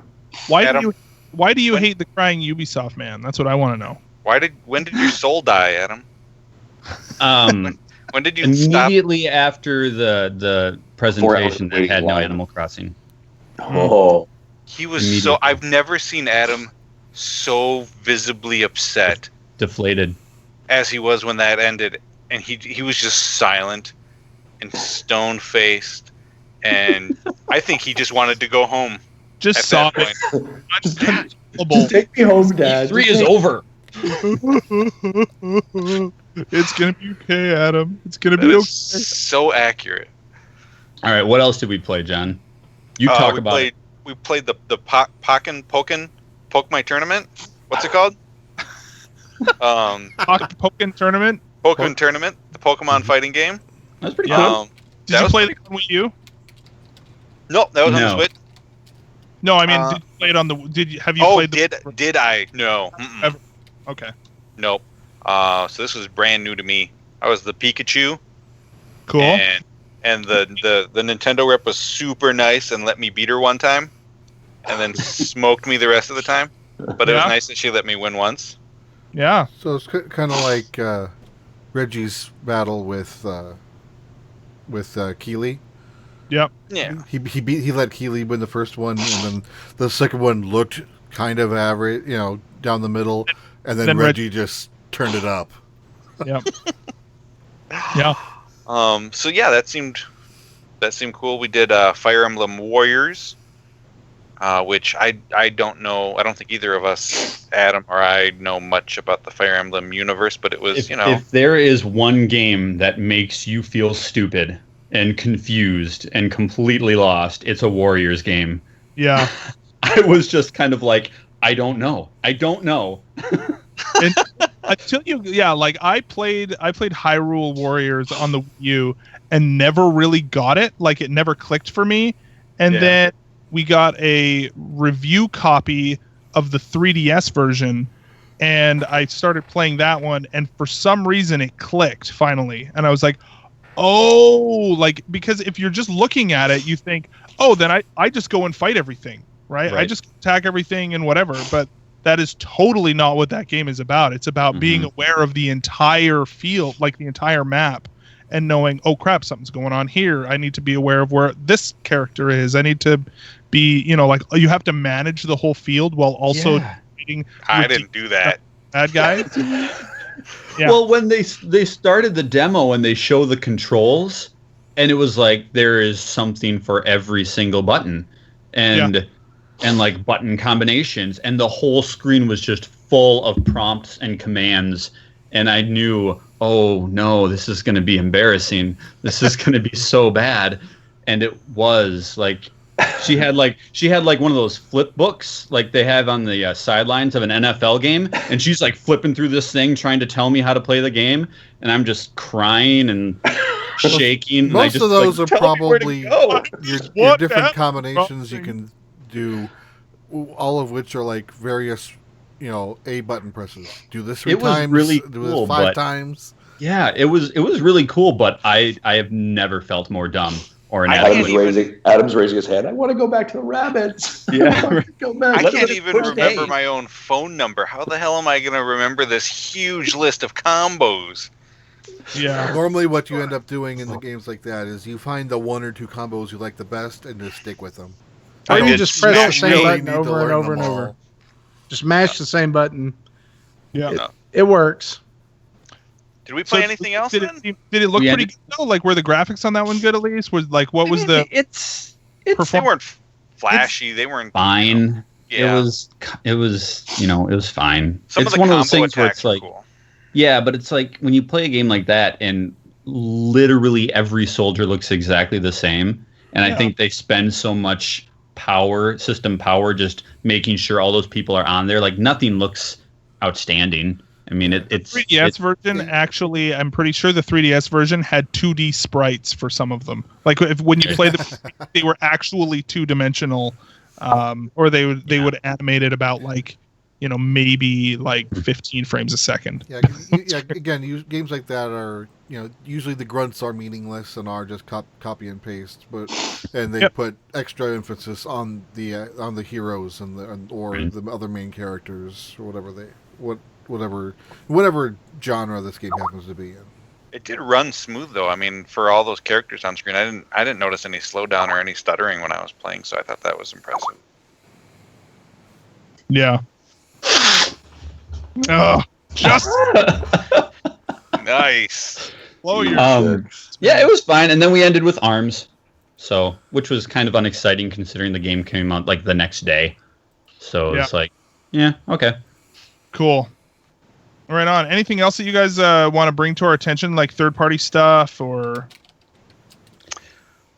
I was kind of bummed we didn't get to play Splatoon 2. Yeah. Yeah. That was not part of the deal, but I don't know. Mario. What's that? Did they even have that on the floor? They did, and Nintendo's booth was really slick. Like it was all about Odyssey. They had it all decked out, and then there was like a small area in the back where they had Treehouse and some of the other games. Being a first-time E3 goer, like you just get shell shock. You walk in here, and it's like, oh, there's a giant Mario statue. There's a Bullet Bill. There's the street lights with the little question block cubes and that horrible Odyssey song playing on loop, nonstop. Let me tell you, waiting in line 4 hours with that thing on loop, that'll make you go bananas. Here, I'm gonna. So let me ask. So first and foremost, thank you so much for we've got some content coming up on our channel soon that you guys shot. So thank you so much for being our correspondents there. Would you go back again? Would you in a heartbeat? Yep. Now, because I remember, John, you were saying like you missed a lot. You missed a lot of news because you were kind of taking place. Like, did that sour you at all, or just the experience is just incredible? Just the experience of it was so much. I don't know. I didn't mind that I was not seeing all the announcements, and I didn't mind that I didn't get to play certain games that I wanted to get hands-on time with. Just the experience of being there and seeing so many people that, in the industry and games press people that I knew and respected, and getting to meet these people, getting to meet and hang out with Victor Lucas and Neil Druckmann. Some name dropping. It was just hang out. We talked to him for like 5 minutes. Hey, I'm calling that hang out. Together. That is super hanging out. The thing about going to E3 is, for 20 plus years, we have been watching from home, and as guys who just are sitting on their laptops, E3 typically ends when the last conference closes. When you go, that's when it starts. That's when it starts. It's such a different thing, and we missed a lot of news, and it was hectic and kind of crazy and very tiring, but it's a totally different thing to be there. And there's two sides to would I go again. I would as media. I think if I was going as general admission and paying my way, I don't think I would do it, because the experience is different. Like, you don't get the appointments, you don't get that special hands-on time, and you're paying a crap load of money. How much tickets for people who actually did pay to get in? I think It's four. like That's $400 like $400. Yeah, they're pretty high.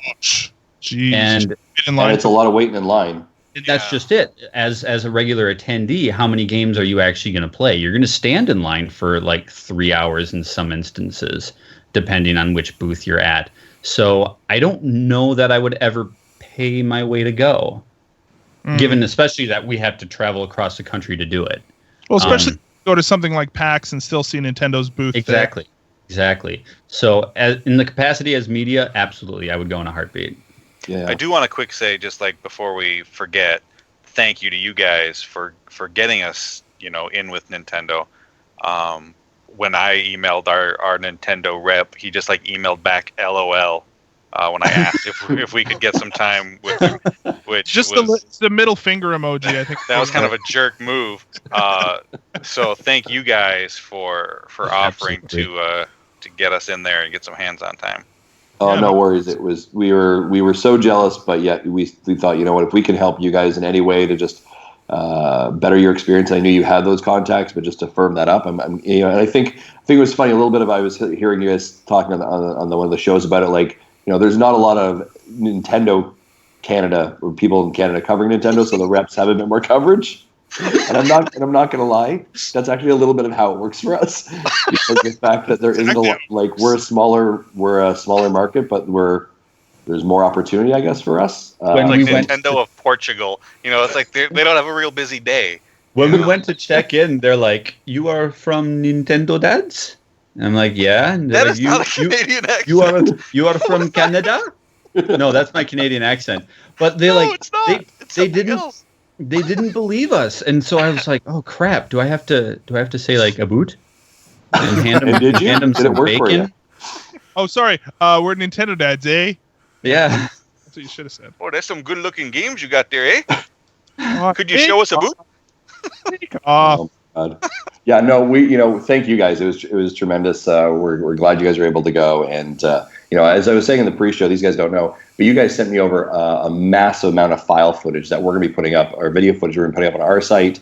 It was a collaboration and just some amazing stuff. I was watching it last night as I was prepping up some of the videos and just wicked jealous of the time you guys had. So we're so glad you guys were able to do that as well. So, and for those of you that haven't, go over to our Twitter page. I put up a video that Adam shot for us regarding why he went to E3 on our behalf. And it's all about being unbiased and asking tough questions. So that's fantastic. What was the general, and sorry, I keep asking these questions, but what was the general tenor or tone around Nintendo? I mean, you guys were obviously standing in line for 4 hours. Was there a general level of excitement? Were people,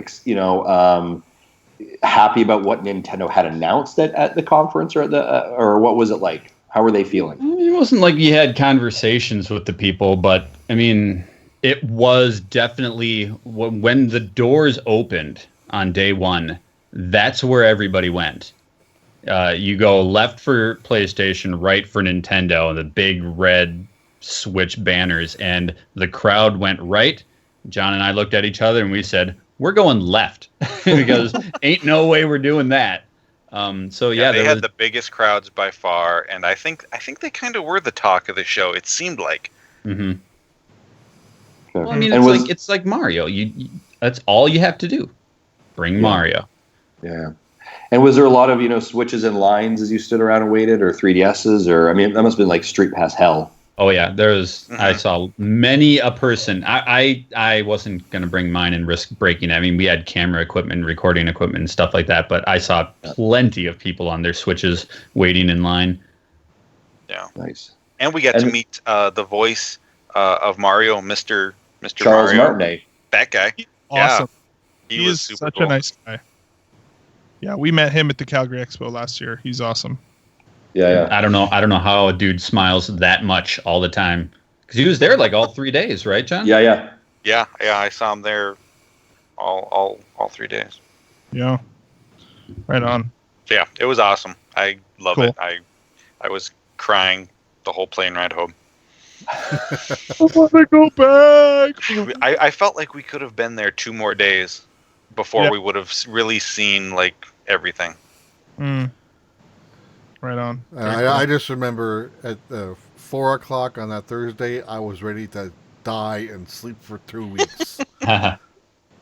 Nice. And you guys did not come home sick, which is blessed, right? No, even though he licked Reggie, he's like perfectly healthy. Well, that's probably why, because I mean, my mouth went numb, but yeah, it's like just got superpowers for whatever. Yeah, just protected him. Yeah. Right on. Okay, cool. Well, as far as yeah, seriously though, you guys, it's awesome. It was awesome to have you on the show and to talk about your E3 experience. It's been Our pleasure. Yeah. Super jealous. Yeah. Yeah, Justin, I don't know if you're going to be back next year, but I think we need to do it. No, but I'm looking at going to Gamescom Marty? in June. Yeah. Yeah. If we can get tickets and get in the door, I will take out another credit card and let's do it. Totally. My wife would love that. Cool. Steaks all around. Oh man, I hadn't even considered that until you mentioned it as an option. So that's perfect. Now we have a way. When there's life, we'll find a way. Okay, cool. Lots of other games and stuff this week that we've been talking about too. I'll just quickly. I mean, has everybody here been playing ARMS? Is Yeah, that's and big live footage. I just beat Sean Capri 1-on-1. What Capri? What? Schooled him. Wow.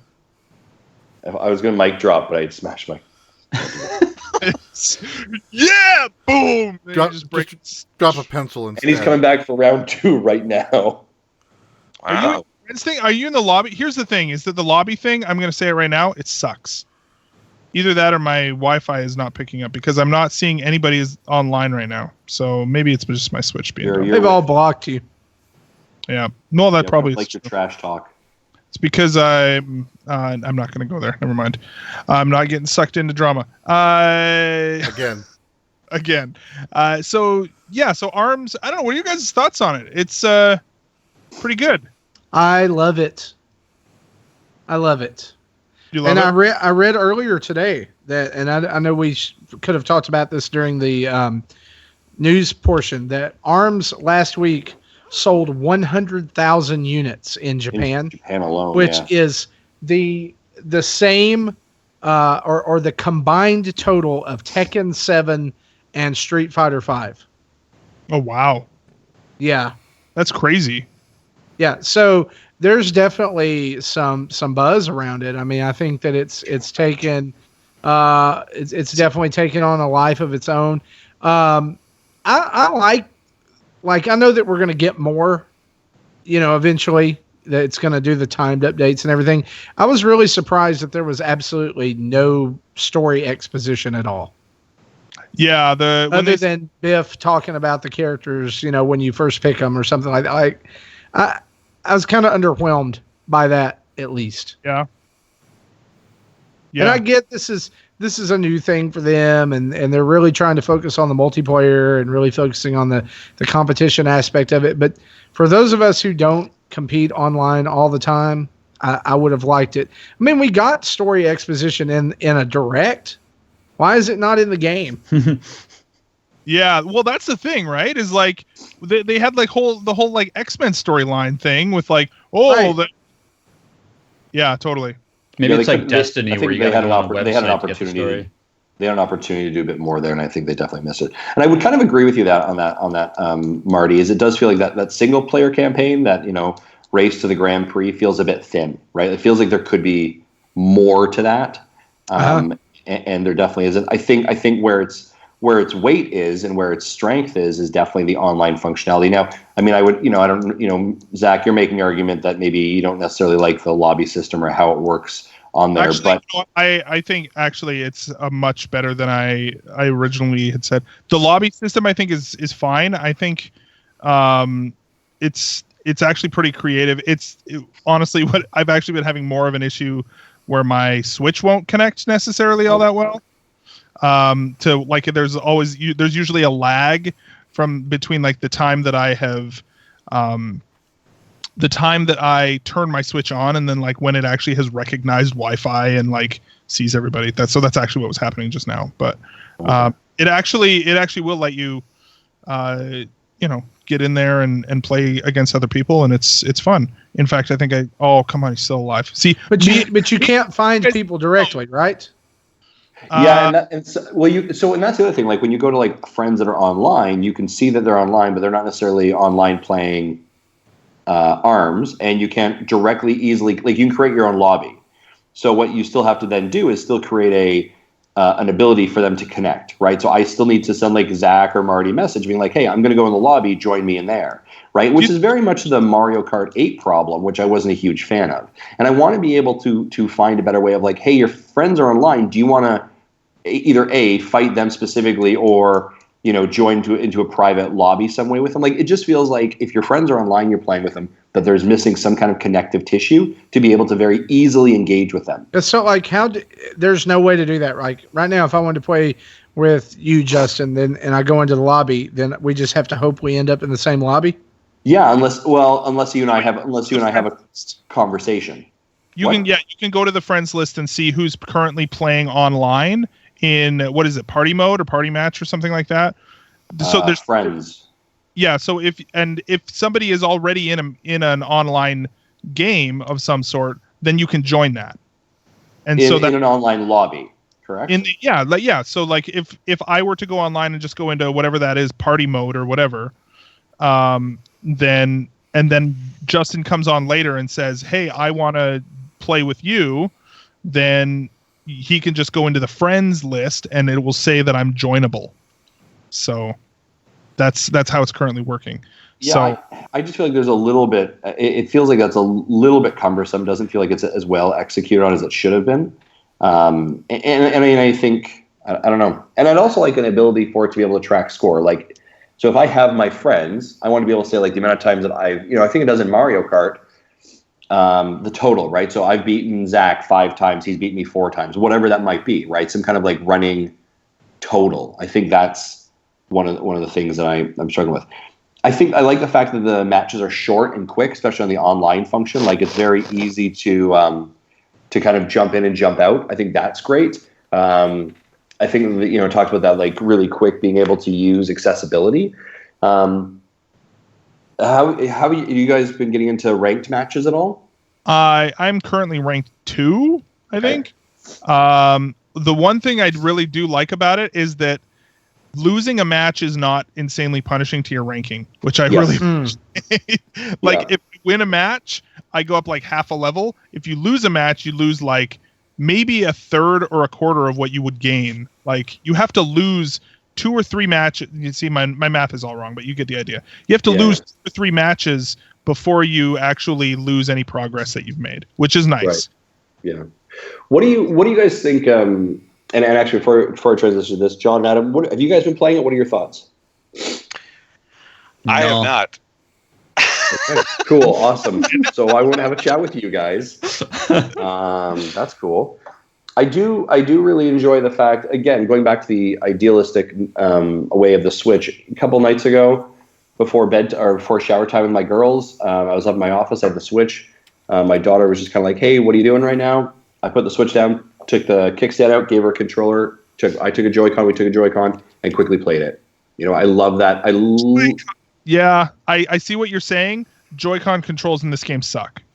But yeah, like it's not ideal, but like if it's like a quick little play, I'm fine with it. If I'm sitting here playing, to be honest, the way that, and I ran a Twitter poll last week for us, and I asked like, what's your preferred method of how you actually play ARMS? And any guess what the number 1 answer was? Pro Controller. Pro Controller is absolutely correct. 43% said Pro Controller, 34% said Joy-Cons. 19% said handheld, and then 4% was Joy-Con grip. So yeah, I mean, I don't know, but like I've been loving to play it in the handheld mode. This has been my absolute preferred. Now I don't have an actual Pro Controller, so maybe that's one of my issues. We went out last Saturday night for Father's Day to eat. My parents came down and they took me out, and it was like, we took along the Switch because we knew it was going to be a long wait, and so we're sitting there at the table, and there's me and my son playing ARMS. It was actually really fun. By the way, it is amazing to me that right now, as we are having this conversation, Sean Capri is in this lobby. Marty just jumped in. Justin and I. Is this Dave? Is this the Dave, or is this somebody else? Dave. Is this some other Dave? Oh no. I had to get out because I was realizing it was not helping. I'm surprised that we're holding this well of a conversation, but maybe that's just because I'm trying to do two things at once here. And well, I think we're exploring the system as well. Let me ask you this question, guys, and then we'll transition off of ARMS so that John and Ada can have an input as well. We obviously know that we have some DLC coming up. The 30th of June, I think, is the first patch. Max Brass is available. McGee, yeah. What are you hoping as we see a rollout of ARMS? What are you hoping will be adjusted or added? I think they need to add a tournament mode like Mario Kart 8.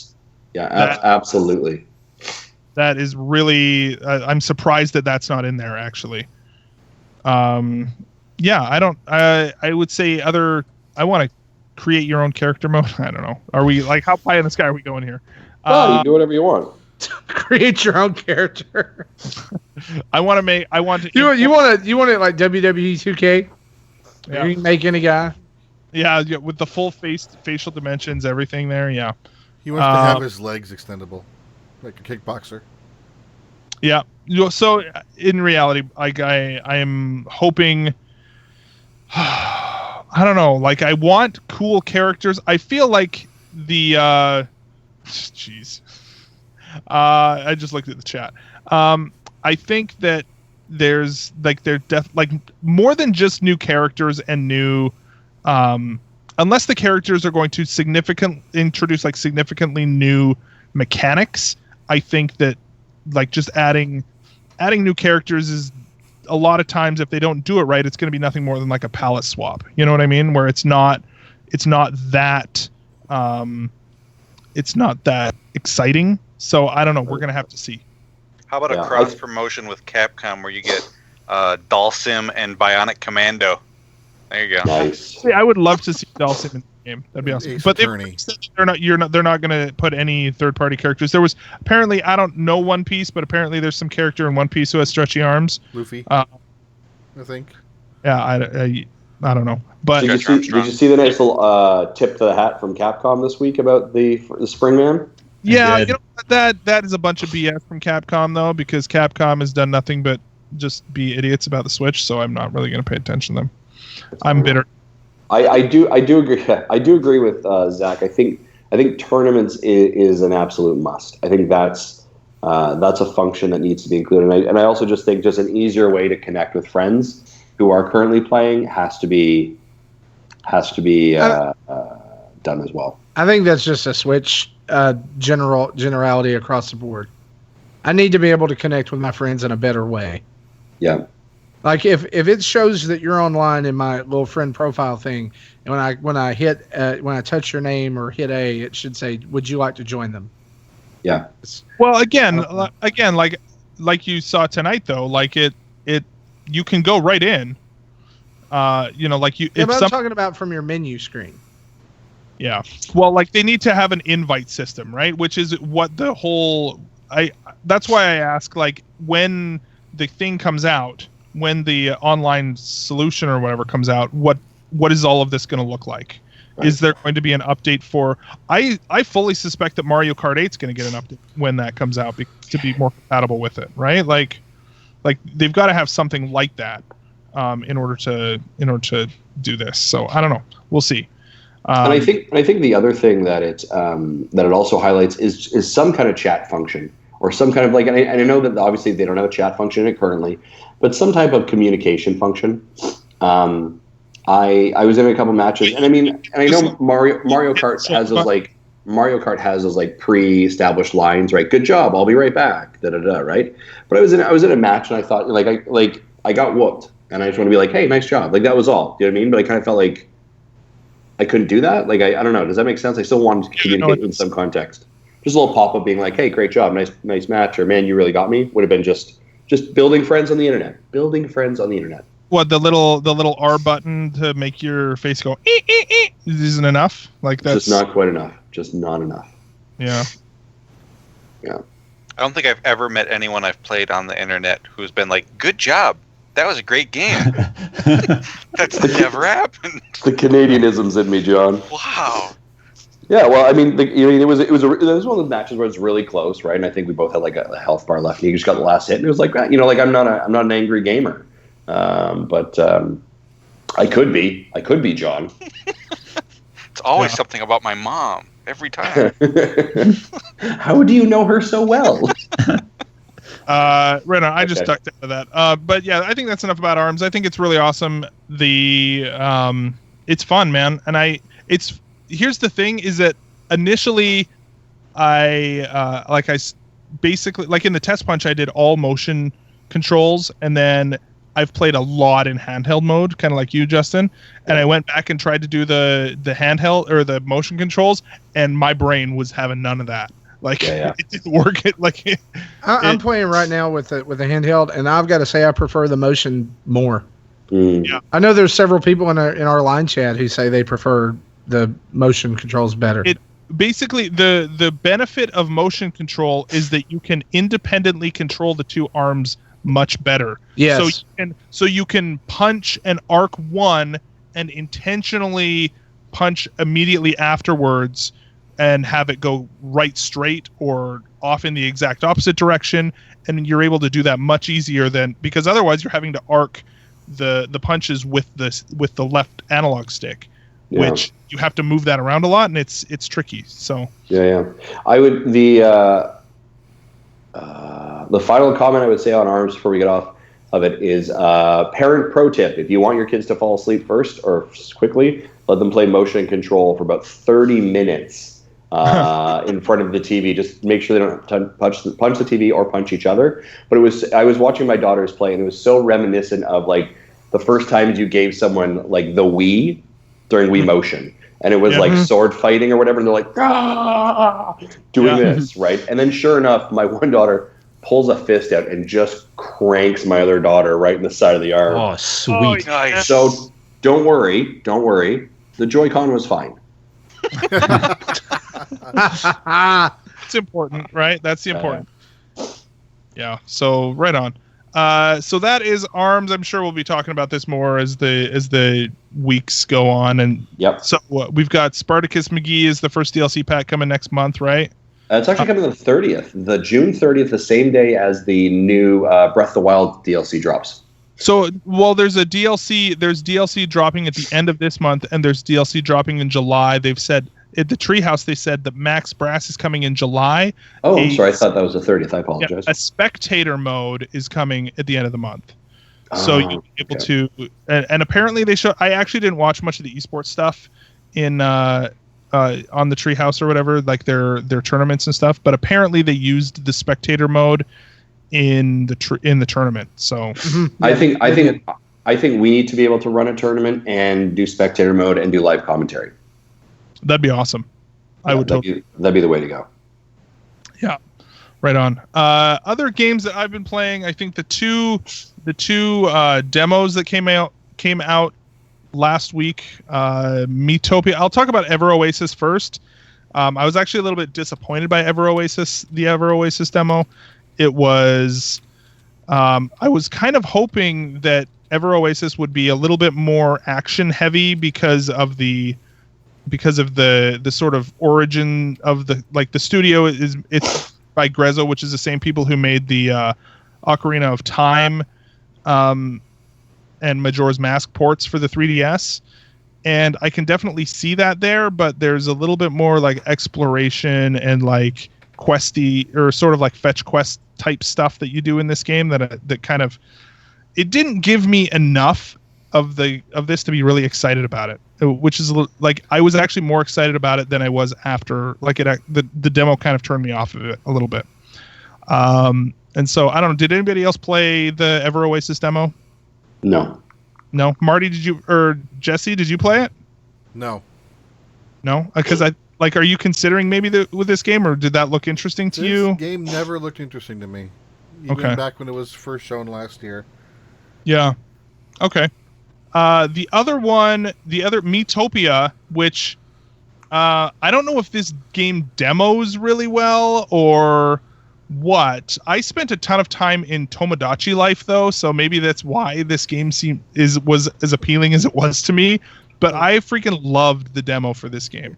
This is basically the tutorial. This is like the first 3 hours of the game. Yeah, it was. Well, the first.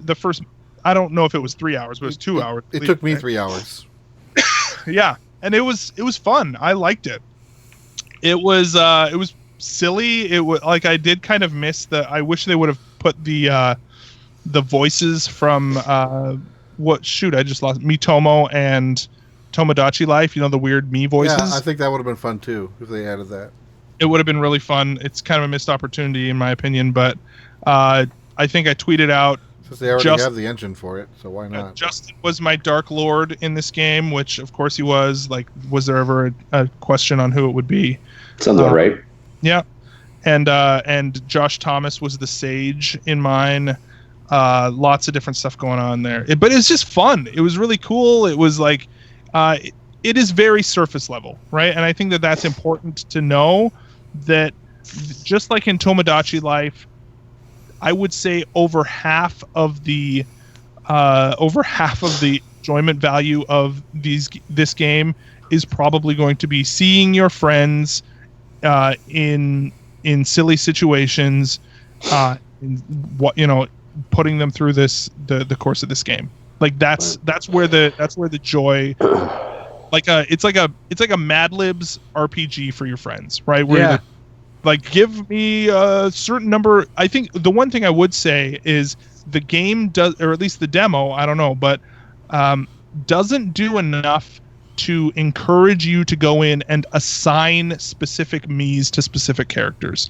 You actually have to dig through menus. Like in the demo, there is a little town and it has a bunch of different characters in there, and it just assigns, like, I swear it pulls them from the cloud, basically. Like all of these really common characters. They're not even from. Almost all of mine were like old presidents. Yes. Yeah. All of mine were old presidents. Yeah, mine was like I got into the town and the first one there was actually Satoru Iwata, and I was like, what? Oh. And Nice. so he was like the little guide at the front of the town or whatever, which was like, oh, this is awesome. And then, but you can go into the menu and you can reassign all of the different characters a specific Mii, it will pull data directly from Tomodachi Life. It will pull from your friends list. It will pull from your Mii Maker, and it will pull from Mii Central, which is like That's the cloud. the cloud one. Which I don't even know where those came from. Like, who made those ones? Do we know? No, Is that I think once you assign a Mii from your local group, you can upload it to Mii Central so other people can use them later. Yeah, so I don't know exactly. So, but basically, then you can go through and you can. So someone made the first batch of whatever they came from. Well, I'll have you know that Dark Lord Trump did a really good job in my game. Wow. Oh, that's awesome. Yeah, Cool. I had my son as the Dark Lord, and he thought that was amusing. And because his Mii was made when the 3DS was new, so this is like him when he was 12 years old. That's awesome. And I think I had Roger in my party as the pop star. Yeah. Then I had my wife as the cleric, and then for the mage I had Will from VG Tribune. Nice. And he was the flaky one. He was the one that I'd give money to buy the upgrade, and he'd come back with the with candy. Yeah. Like, yeah. So, did any of you guys try the amiibo costumes? That frustrated me. It was just I did it. I think I did it twice, and it just took so long to get an amiibo scanned in. There was like 17 button presses in the process. I'm like, okay, I'm not doing this for all of my amiibo anymore. Mm-hmm. Yeah, I just linked a video in the chat of all the amiibo costumes in Miitopia, but basically they're just cosmetic things, right? Like, you can assign an appearance to a Mii that is not necessarily tied to a specific class or whatever. So you just unlock these different costumes, which, okay. So I didn't try it, but I did assign Roger as the Nintendo fan, who is the guy who scans it on. So yeah, it's pretty. I don't know. I'm interested enough in it to maybe pick it up. You think your kids will like it, Zach? My son loved it. The problem with it is that it's apparently even the cartridge. I asked out on Twitter about this after I finished the demo. The cartridge only has one save slot, so that sucks. So even if I get a physical copy, I'll have to play through it, and then when I'm done with it, then I can give it to him, right? And then he'll save over my save file, basically. So that's always been a big gripe for me with like the Pokemon games and everything. Yeah. Like, why do if me and my son are going to play Pokemon, why do I need to buy a second copy other than they just really like money? Yeah. Yeah, it's dumb. I don't know. It's just data. Like, it's not like it's all that huge taxing load on the back in the Game Boy era. It was space constraints. Now it's not so much, but yeah, they like money. Yeah, it's dumb. They did it with Tomodachi Life, and it really it's a big turnoff because I mean when my daughter when we bought her 2DS, that was the game she wanted. She was like, I want Tomodachi Life because I had forbid her from playing mine because she kept messing my town up. Yeah. John and Adam, do either of these games interest you guys? I'm not a 3DS owner, so I'm out. What? You don't own a 3DS? No, sir. Have you ever? Do you know 3DS has Animal Crossing on it? I know. Believe me. That's the only place you can play it this entire year. I know. Believe me. I know. I came very, very, very, very close about a year and a half ago, and I was like, you know what? Switch is coming. Switch is going to be portable. Switch is going to have Animal Crossing. Guess what? Not right away. Total BS. Wow. There you go. Like you do. John, how about yourself? I saw you had your little one with you a second ago. Would this interest her? She probably would be into the Miitomo a little bit. Oasis, that's the one. I've never been big into really lengthy 3DS type games. I've been more into the pick up and play Mario Kart, quick, 10, 15 minutes at a time segment type of games. Pocket Card Jockey. Don't get me started on Pocket Card Jockey. don't even get me started. Game of the year. Game of the decade. So Miitomo, I'd be a little more interested in checking that out. I just have had no time with E3 to really look at what's going on. Yeah, sure. Zach, what else have you been playing? You got a copy of something, right? You got a review code after. Yeah, real quick here, and I know we're running long here, so I think I don't have a lot to say about this yet. I just downloaded it today. We got a review copy of Runbow Pocket on the 3DS, and I downloaded that and played it a little bit, and yeah, it's Runbow. Here's the thing with Runbow Pocket, and I'm not sure. I haven't had a chance to try the multiplayer.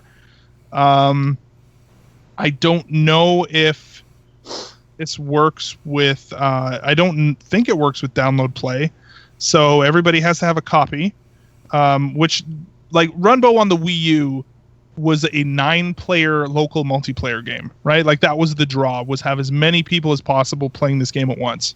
Now you can have all those people play in your pocket. Am I understanding this right? Well, if you have, you can have 9 people in your pocket at once. Yeah, that sounds fun to me. I'm not sure exactly how that works, but I've been playing the adventure mode, and the thing about this, and if you love Runbow, then it's more Runbow, like especially the single player mode, right? You're going to be able to play that on the go. The thing is that in moving it to the handheld, from going from HD to like the size of the 3DS, which I don't know what that resolution is, substantially less. 240p, I think.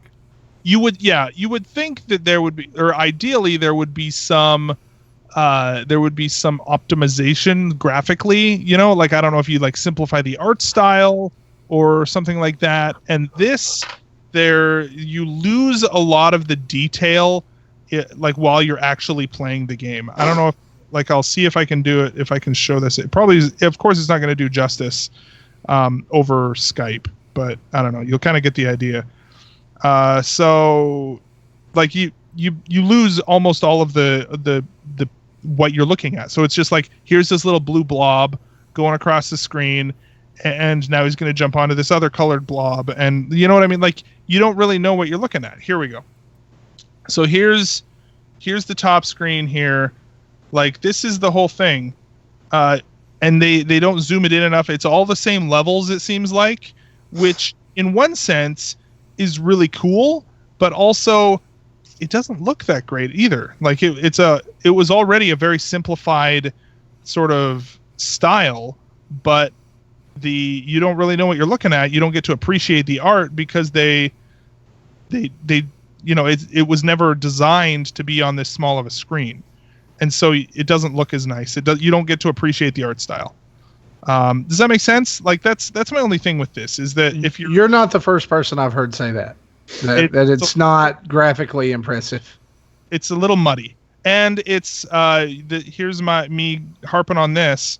If you're going to port it to the 3DS, and by the way, Rainbow Pocket is only for the 3DS, right? Yes. Why would you not put any 3D in it? If it's literally the only system that you're porting it to, this version of it, then why would you not put it in 3D? I do not understand that at all. Other than just the obvious, to save time, right? Like, I don't know. That's an interesting piece for me. And I'm assuming that this was developed in Unity, right? And that's why it came over. I don't know. I think maybe that's the reason, because it is a new 3DS only game. So, I don't think I knew that. I think it is. Yeah, I could be wrong. Runbow 3. John, how did you guys play Runbow on the Wii U? No, I'm unfamiliar with it. We are adding nothing to this show, John. Yeah, new 3DS only, by the way. Could you guys explain what a Nintendo is? That's got the Marios on it, right? The Marios. I think it's It was All of the Zach, Marios. just to confirm. It What's was that? made in Unity. It was. Okay. Well, see, Yeah, because Runbow was made with Unity, and the old 3DS doesn't support it. so basically anything, like the 3DS will support Unity, but it seems like anything that's been made in Unity has not supported 3D. So Gotcha. Okay, John and Adam, I'm gonna try and see if we can make some connective tissue here and see if you can add something to the show. All right, John and Adam, have you ever played Mega Man? We have. Do you like the Mega Man series? I love the Mega Man series. Do you miss the Mega Man series? I So much. just yesterday pre-ordered Legacy Collection 2. Okay, so you're a Mega Man fan. I am. And Okay. how? And how? Marty, are you a Mega Man fan? Duh. Marty, can you tell us about your experience playing what I believe is right now the best Mega Man game out there, not made by Capcom, that is a Mega Man game? Mighty Gunvolt Burst? I sure can, Justin. Good. Yeah, so Mighty Gunvolt Burst is a 2D platforming version of the game that Mighty Number 9 should be. Shots fired. Shots fired. It basically is a demake of Mighty Number 9, including the same bosses. The levels all built around the idea that Beck is inside a VR simulation that he somehow gets trapped in because of Gunvolt, and he has to beat all of the other Mighty numbers to get out. It's incredibly reminiscent to me of Mega Man Zero, which I'm finding is not a bad thing.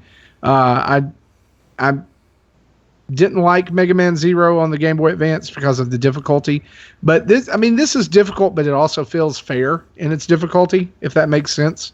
Yeah. But it's totally Mega Man without the sliding, without the charging, but the ability to defeat enemies and take their powers And actually, the way this game does it is to apply those.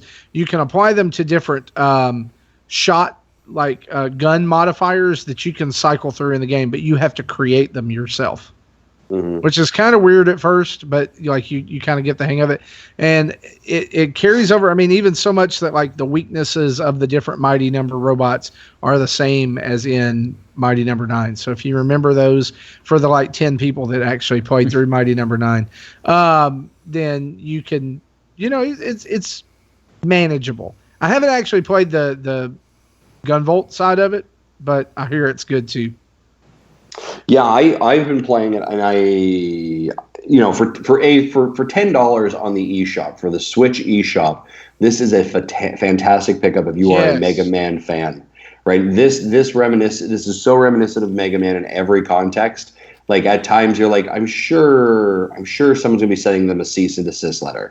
Like it just feels too on the nose, and I think they're walking that fine line between like, hey, we're not going to get sued, and remember how great this is. I think to your point, Marty, this is the game that Mighty Number 9 tried to be, but failed miserably at it. I find the levels I find aren't. I find there's a level of precision. There's some difficulty. It's challenging at times, but I find the bosses are as hard as nails. Oh yeah. And the thing is, they fool you in the beginning because you fight that little like tutorial level boss. Yeah. Like the big excavator thing, and it's like, oh, this is pretty easy. Then you actually have to choose your route from there, and like, what happened? Yeah. What happened to the difficulty? And there's this little, and you never run out of lives, which I think is great. And then at bottom left-hand corner, as you're playing the bosses or as you're playing the level, it shows you how many times you have had to retry that level. And there's nothing more humiliating and degrading as a video game player than seeing the number 23 at the bottom left-hand corner of the amount of times you tried to beat a boss. But some of them are really, really well done. I would highly recommend for like I said, for $10, guys, this is an incredible pickup if you're a Mega Man fan. And I know that it is coming to 3DS. I believe it's coming out in the week of June 30th, I believe. But if you're a Switch owner for $10, you're not going to go wrong with this one. Man, I'm sold, especially for $10. That sounds like a no-brainer. That's a deal, is what that is. Well, and the fact too, I mean, it's not only does it play well, the music is really good. I mean, if you like chiptune, Mega Man sound and stuff, it's really good. It's freaking brilliant. Is it just a one-player game, or is there two-player stuff in there at all, or? I think it's just single player. Okay, cool. Well, there you go. I don't have friends, so that works for me. Nice. That's fair. The game is my children don't like me. That's also fair. The game's not going to remind you that you have no friends. Like, oh, you don't need friends. Hey, just play by yourself. Just play. Video games are my friend. Yeah. Right on. Well, anything else, Jesse? What have you been playing, dude?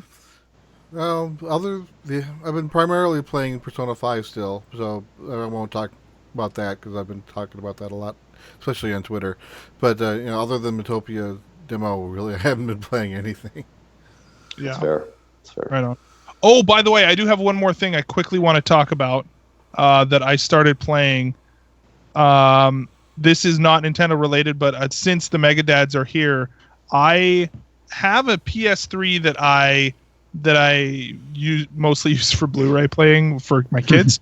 But I was on the store the other day, and it was like just E3 stuff, looking for deals or whatever was on there, and I noticed that The Last of Us was like $13 or something like that, and I was like, hey, I've never played this game before. I heard it's pretty. I heard people like it, so I doubt one or two of us people do like it, and so I'm probably like. I have just met Grouchy McGee in the town, if you know what I'm talking about. Bill. Yeah, I'm in the part like where like I'm going to get some like vehicle or some battery from a truck or something. I'm on my way there, and holy crap, that game is good. Yes, it is. It's so good. Did you cry at the opening scene? Yeah. Oh yeah. Yeah, that's rare that a game makes you cry right out of the gate. Yeah. But, oh boy, does it. Yeah, seriously, that was so good. It is and it strikes the right balance between being like creepy and like kind of like keep you on your edge, but like the edge of your seat, but not too much to the point where it's like full blown horror. But like the clickers, for example, are like they are terrified, like they're threatening enough that just hearing that voice is like, or hearing the sound is like, oh geez, like I gotta be ready. There's like trying to shoot those things while hanging upside down because you're attached to some fridge or something is just like oh, terrifying. But that's fantastic. It's such a good game. So I also highly recommend, after you finished it, checking out the DLC, which was also really, really good.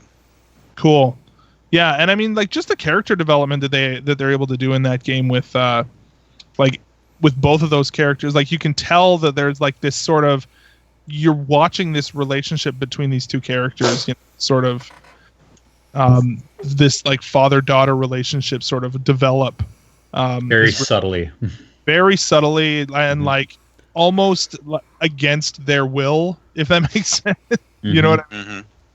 It's really good. So, and this is something that, being primarily a Nintendo gamer, this level of sort of cinematic storytelling in a game is something that's pretty amazing. So I'm really pretty rare at the Nintendo level. Oh, totally. Yeah. Like you're basically playing through a movie, like a big long movie in this game. It's great. So I really, really like it. So yeah, anything else that we've been that we need to talk about, guys, before we wrap up? I thought of something that I probably should have added in the news when Mighty Number 9 was mentioned. Did you hear what happened with Concept? No. They were bought. Oh, by Level 5. Really? So it'll be interesting to see what they come up with. Not only were they bought by Level 5, but development on Mighty Number 9 for 3DS and Vita began again, right? Yeah, I did hear that. Yeah, I heard that too. It started back up. I didn't even realize those were still a thing. Yeah, I thought they were scrapped. I wrote those off. As most people should have. Yeah, that's interesting though. That'll be cool to see if that's oh man, it's hilarious to me that game's still coming to 3DS. Like, is anybody at all asking for that game? So does that mean now? Don't worry. They'll kill the Nintendo 3DS the day before that game comes out. It's literally just like one guy on the computer. It's like, listen, man, like the intern extended his education. Like he's going for that like post degree. We got to give him more stuff to do. Okay, fine, we can do the handheld thing now, because they literally have one intern like porting that thing to 3DS and Vita. Like so that's what it feels like. Does this mean that Beck can now be a playable character in Inazuma 11? Yes, confirmed. Or Yokai Watch. Yeah. He's a yokai now. Yeah. He's the yokai. Okay. Guys, don't ruin Yokai Watch like that. Fleshy Souls confirmed. Very cool. Okay. Well, with that, everybody, do we have any Postman stuff? I feel like we probably ran through. But actually, the one thing I do want to do is I actually want to do a quick shout out to Michael Kendall. Do you know what Michael Kendall is, or why he's important to us there, Zach? He's our newest patron. Damn right he is. He's our newest patron. Yeah, Just came in as the show started. So, Michael, thank you very much for throwing us that $1 scratch to help fuel this show. Yeah. And first, I'm sorry for it, but thank you. And also a celebratory Wobble Buffett just for you. So you're welcome. All right. Well, Megadads, Adam and John, thank you so much for being on the show. It's been awesome having you here. We're going to skip Postman, the mailbag stuff today. Go and check out our sponsor, oneoutbox.com, by the way. They're awesome. But go, Adam and John, you guys are amazing. Thank you for being here. We are. Gosh. Thank you for... What do you want to direct us to? What should we be doing? You got lots going up on your channel, right? I just want to say that I think this might be my 5th appearance on the show. What? Is that right? Because I've been on here several times without John, because those have been infinitely better episodes, by the way. But I think I should get like a commemorative pair of like Nintendo Dad's PJs. Yes. Since it's like 1 o'clock in the morning over here, you know. They're onesies is what they are, with footies and everything. I'm fine with that. I can just slap those suckers on. They got like a little trap door in the back. If we're gonna get Nintendo Dad's pajamas, I actually want the ones that are collared and button up. Talked about like full 1950s dad. Yeah. Absolutely. I don't know, John. What do? Do we do stuff? We do things on occasion. We've got a bunch of E3 stuff going up on the site. Selling this really hard. I don't know. We got some stuff, man. You hit the ground running, Wrote John. some things. No, megadads.org. We've got a bunch of E3 stuff going up. We've got 2 of our 3 video diaries up right now. I've put up my impressions with my picks for Game of the Show for E3. We've got a new Gamer Spotlight going up tomorrow morning. And the 3 special podcast episodes that we recorded live from Los Angeles are also up there if people aren't sick of hearing about E3 yet. So, I am. What's the name of our show, John? Our program? Yeah. The Megadads Live. It's available on iTunes and Stitcher. Important information to have. And Google Play and at your local Bed Bath & Beyond. if you love the Megadad stuff, you can also go to patreon.com/megadads. That's why I love you, Justin. Support them as well because they do amazing content. We are a proud Patreon supporter of Megadads. They have been massive friends to our show, and we love everything they do. So if you guys haven't, you need to go send scratch their way. Justin, do you want to co-host a podcast with me? Sure. You just did that 10 times better than John did. I've got. You know what? Look at this. I've got a child in my arms. It looks like a sick kid, maybe. I don't know what the heck's going on with me. Your fault. She might be dead. Made that, so you just have to deal with it. You made that. Yeah. I made that. We all make life choices. Yeah. Made this. Nice. Thank you guys for having us on again. Yeah. Even though I think we dragged down the quality of your show quite a bit. No, it was amazing. With our poopy and butt jokes. But no, it did. We've actually, I will let you know, we actually did get a suggested title for the show out of the line chat, and I think we're actually going to use it. I'm going to grab it right now. Where is it? Title show: Switch Prison Games. That's from Johnny Casino, and I think, Johnny, you might be our lucky winner for title of the show. Nice. That sounds like a winner to me. That's pretty good. Right on. Yeah. Well, I'd watch that movie. Yeah. Well, with that, everybody, thank you guys for being on the show. It's been awesome having you on. Thank you, sir. And yeah, you are welcome back anytime. I'm still waiting to see pictures of your Jesse Waldeck cosplay, but I'm sure those are incoming. Taking longer than expected. I know. Well, you got to get the details, all the details just right, but. Right on. Well, thank you once again to the listeners as well for listening to today's show. If you want to follow us on all of the social medias, you can do so on Twitter, Facebook, or Instagram at Nintendo Dads. If you want to email us, you can do that at nintendodads@gmail.com. If you want to watch our videos, go to Twitch or YouTube. Just search for Nintendo Dads. You'll find us.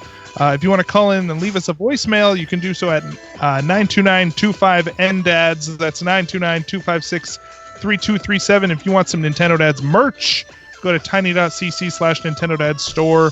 If you want to, do it. Just buy yourself a blanket. It's beautiful. We don't have pajamas on there. We don't yet, but we should. I know. Yes. Actually, just looking for customized pajamas. What they really need to do is go buy the custom king size Nintendo Dad's comforter. Yep. Nice duvet cover. Yeah, your wife will thank you forever. Fall asleep under Jesse's face. Yeah. Oh, God. Wrap it up, Zach. Wrap it up. It's gonna get crazy. You're welcome. Well, big thanks as well to OC Remix for our music throughout the show, as well as to Carter Johnson and, of course, Adam Leonard himself. Hey, that's me. For amazing artwork. And, of course, if you want to subscribe or if you want to change the world, what am I doing? My goodness. leave us a 5-star review. Written reviews are even better on Apple Podcasts and all of those other places that you listen to the show. Share with a friend, and if you want to subscribe, you can do so on Apple Podcasts, Stitcher, Google Play, and of course VGTribune.com. For me, for Justin, for Jesse, for Marty, for Adam, and for John, we will see you next time. Bye-bye.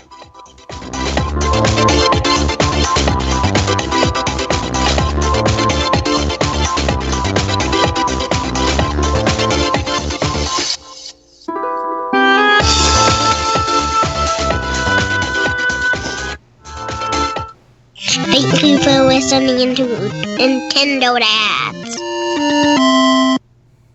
Wobble Puffet? Wobble Buffet? Fair play. Well done.